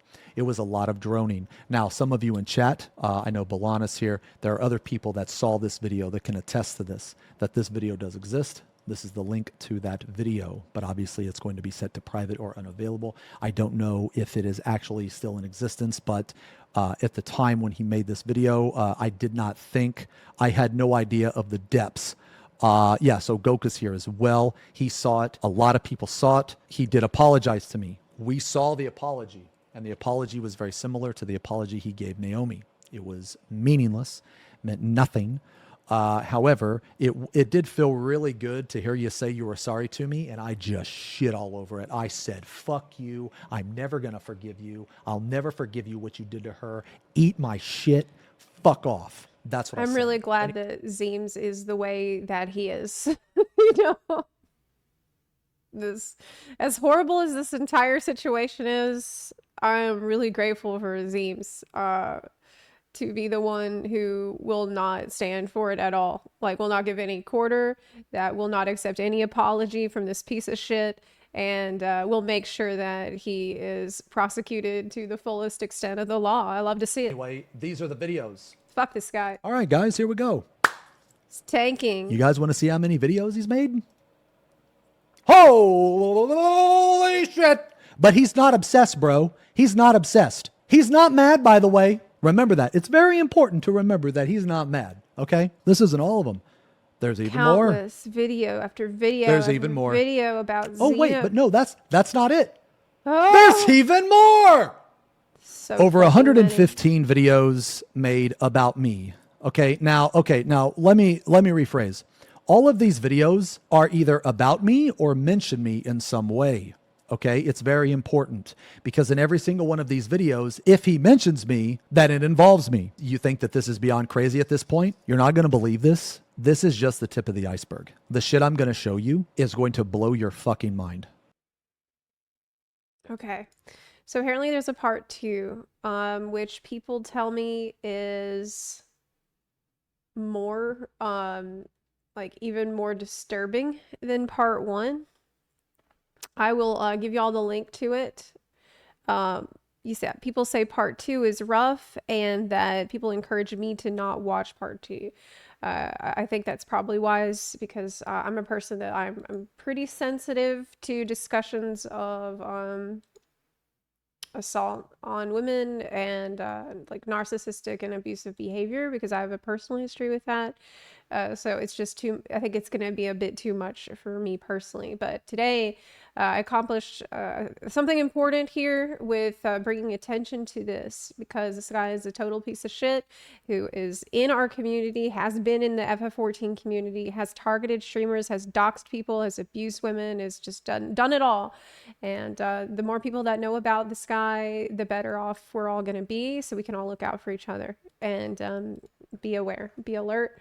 So I'm glad that I think it was after all, as difficult as this video has been to watch, a good idea to draw some attention to it. I know, it's not the most fun thing, but rest assured it was a lot less fun for this guy's victims. But yeah, so Desolence is the guy, is this piece of shit to avoid and be aware of. Here's the link to that video. And yeah, so there's a part 2. If you're interested, you can watch that on Zeem's YouTube channel. I think I will not, for my own mental health. But yeah, it was still a pretty important thing to look at today, that I was encouraged to look at it by my good friend Todd, Llama Todd, who is another victim of this. So yeah, the guy, I hope that he goes to jail. It's yeah, it's been like, I realize that normally when I watch a video, I will say this, normally when I watch a video, you'll notice that I have a lot more to say during the video, and I talk a lot more during the video. In this one, I really couldn't. There was just not a lot that I could say, because unfortunately, I've seen this kind of behavior before, and it's just a sad fact of life that there are these kinds of pieces of shit that are running free all over the internet, and they just can say whatever the fuck they want, they can post whatever the fuck they want, and they won't stop until somebody like Zeems holds them accountable for their behavior. And we as a community have to police this behavior, and we have to look out for each other when this kind of shit is going on, because otherwise people, this type of person can cause so much damage. And I kind of sat in shock for most of this, just horrified and really upset to find out that these things are happening to my friends and fellow content creators, and that it could continue to occur until this guy gets off the internet. The guy loses access to the internet and goes to jail. Like, that's where he belongs. And these guys, though, these are the guys that if you actually confront them face to face, they don't do anything. That could be, but it could not. You know, in any case, it's not something you want to gamble on, you know? I think you're right that the guy is a coward and just never goes outside. Probably wouldn't know what to do when confronted, because that has been the case while actually confronted in court. But he just kind of rolled over because he knows he can't do shit. But it's still a terrifying thing when somebody like this sends death threats, when somebody like this doxes you and shares like private information about people. It's not something that anybody wants to ask. If you're in that situation, you don't want to be like, oh, well, he's probably not going to do anything because he's a coward. Yeah, probably, but it's scary as fuck. It's scary. And other people can use information like this and use that against you too. So it's been it was really, really rough to watch. But here is the video link again. And what makes it more scary is he easily could have done this to someone far less confident to stand up for themselves than Zeems. Yeah, that is the other thing that I was thinking throughout, like how awful it is, and then how reassuring, in a really sad way, how reassuring it's been to see that Zeems is the one to handle this, and who has handled it in such an excellent way. But I also just, fuck, man, he shouldn't have to. Like, I wish none of this ever happened. Wish none of this ever happened. You never know It's clear this person has multiple severe pathologies, narcissistic, pathological liars. This a person like this seems really unpredictable, and who knows what they will do whenever they just sit and stew in rage and bitterness for years and years and years, just getting more and more upset that they didn't get what they wanted out of life, and that they're never going to amount to shit. Yeah. Did you know Desolates? No, thankfully, no. I do not know that person. I'm very, very happy to say that I don't know this person, because they are a nobody, and they have tried to do a lot of damage, but they are going to get justice that's deserved. Internet gives every psychopath access and a platform. Isn't just tanking, he's obliterating this jackass. Yes, he is. Yeah. I wouldn't be surprised if the person did mention me in one of his videos, because he's been obsessed over, fixated on a lot of different content creators in the FF14 community. He's a blight on the community, and that's one of the reasons that we needed to talk about it today, so that everybody is aware that this is a psychopath that no one should listen to, no one should pay attention to. Learn the name, listen, so that you don't, yeah. Glad he missed you with all that. Well, I tend to miss messages anyway. I don't check messages a lot. So maybe ADHD actually saved the day for me on this one. Yeah. Maybe this dude's been trying. He's like, man, she just doesn't give a fuck. Like, she's not paying attention. Anyway. But jokes aside, this is why I have genuine concerns that someone like this will wind up hurting somebody. I really hope more people notice this. Yeah, as hard of a watch as it is, I'm glad that we did. It is important, because this is a problem within our community. Xeno said multiple times he's happy to help out people that have been harassed by Desolants too if they reach out. And that, I honestly think that the way that Xeno has conducted himself throughout all of this, and the fact that he said he's willing to happy to help people that have also been victimized by this person, that should tell you everything that you need to know about Zeems. That right there, and just the way that he's been handling all of this, is more than enough proof of his character. If you don't trust those of us who have actually met him in person, and can also tell you that he was very friendly and good guy. This guy is extremely dangerous because he's already cornered and has nothing to lose. I don't know. No one can predict what he would do, but we, because, he's such a loser. He's such a coward that it's kind of hard to feel afraid of this person at the same time when you realize how he lives and what he does all day.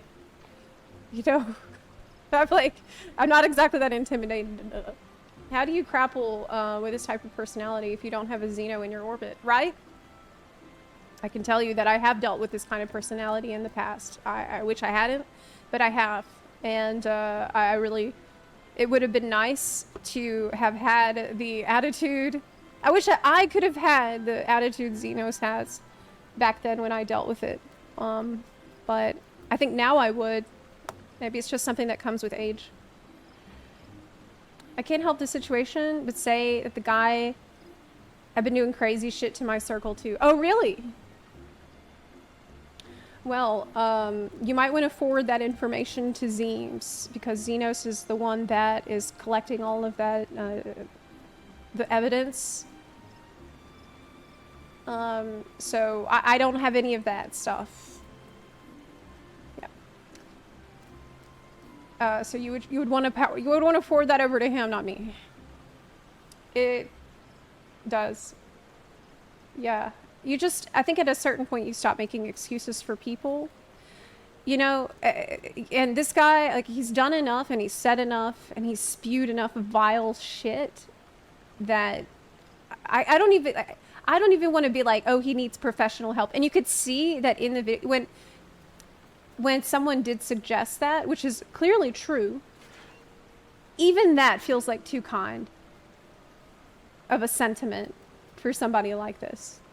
And even when you hear something like that, the feeling is, how can you help somebody that doesn't want to help themselves? How do you help somebody that knows that they're doing wrong and doesn't care? How do you help somebody that knows that they're causing other people distress, that they're abusing other people? They will admit that they're doing it. They admit that they're pieces of shit. And they know 100% that what they're doing is wrong and that they're lying. How do you deal with someone like that who also won't change? They like it. That's the thing with this kind of person.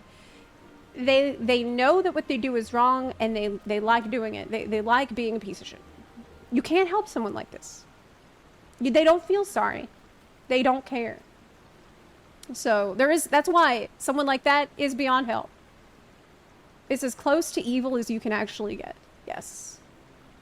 Like, it's one thing if you have something going on with your brain that makes it difficult to tell the difference between right and wrong, and you feel bad about that and you want to work on that.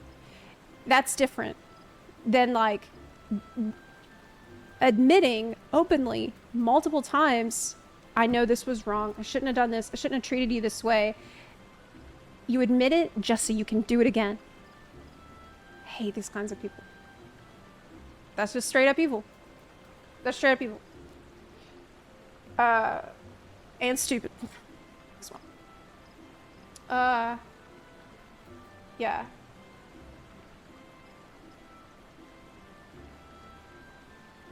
Yeah, you should, definitely, this is one of the reasons why it's important for me to talk about this too.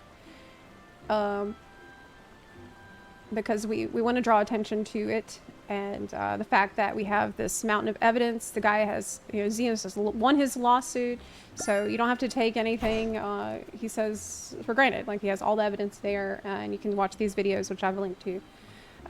Yeah, for me, you can see, like, it's, yeah. It would be amazing if this dude gets finally jailed, because so much toxic stuff has been posting and spreading around. Yeah, he needs to, they need to remove his access to the internet, period. Whatever it takes to bring that about is going to be worth it. That's why at the end of the video, this first video, it seems like, Ben, if he's homeless, then he will have internet access at least. So, yeah, I wanted to tell y'all about this because this is a problem in our community. This is a person who's been in the community, and you need to know. You need to know. So the more people that know, the better, so we can look out for each other. That's all. But, yeah. If there is a good chance he gets locked up, considering the voicemails to the lawyer, like, it's death threats, but that doesn't even encompass how disgusting this is. Yeah, I don't think I can watch part 2 on here. Maybe, but people are telling me that it's going to be very hard for me to listen to, considering my background, so I'll let y'all just find it yourself. Yeah. There is a good chance he gets locked up, considering the voicemails. Yeah, I just read that. Anywho, who the fuck sends death threats to a fucking lawyer? Indeed. Actually, psychopath. I agree that this has been pretty rough on us today, and there's only so much of it that I personally can handle as well. So, I don't know, I feel like maybe I should just end here today and get to work on some videos, and then we'll come back fresh tomorrow, because I just feel like it's pretty distressing, and yeah, I think that's gonna be the right call for now. Keep in mind that I did what I set out to do. Yes. Tomorrow There is, well, it's Friday. That's the live letter. The Friday is a live letter at 6 a.m. So I will be here for that then. And thank you for listening. I know this is it's been a difficult topic today, but I do feel like it's extremely important. So I really appreciate you listening, so that we can all look out for each other in our community and avoid these kinds of people. I will see you tomorrow morning. I'm gonna get some rest. Let's come back fresh tomorrow, and we'll have fun talking about Dawn Trail. I think tomorrow there's a new beta build for WoW. I might do that later in the day tomorrow, but for now I'm gonna get to work because I still have work to do on YouTube's. So I'll see you later. Bye. Have a great rest of your day today. And if you want to join our FC on Phoenix, you can. That's on EU. If you want to join the NAFC, that's on Excalibur server. You can join our Discord server, discord.gg/ZeplaHQ, and join the server and ask for an invite that way, and that's how we'll get you in. But besides that, yeah, I'll see y'all tomorrow. Bye. Bye. Have a great rest of your day today, and thanks for hanging around. Bye.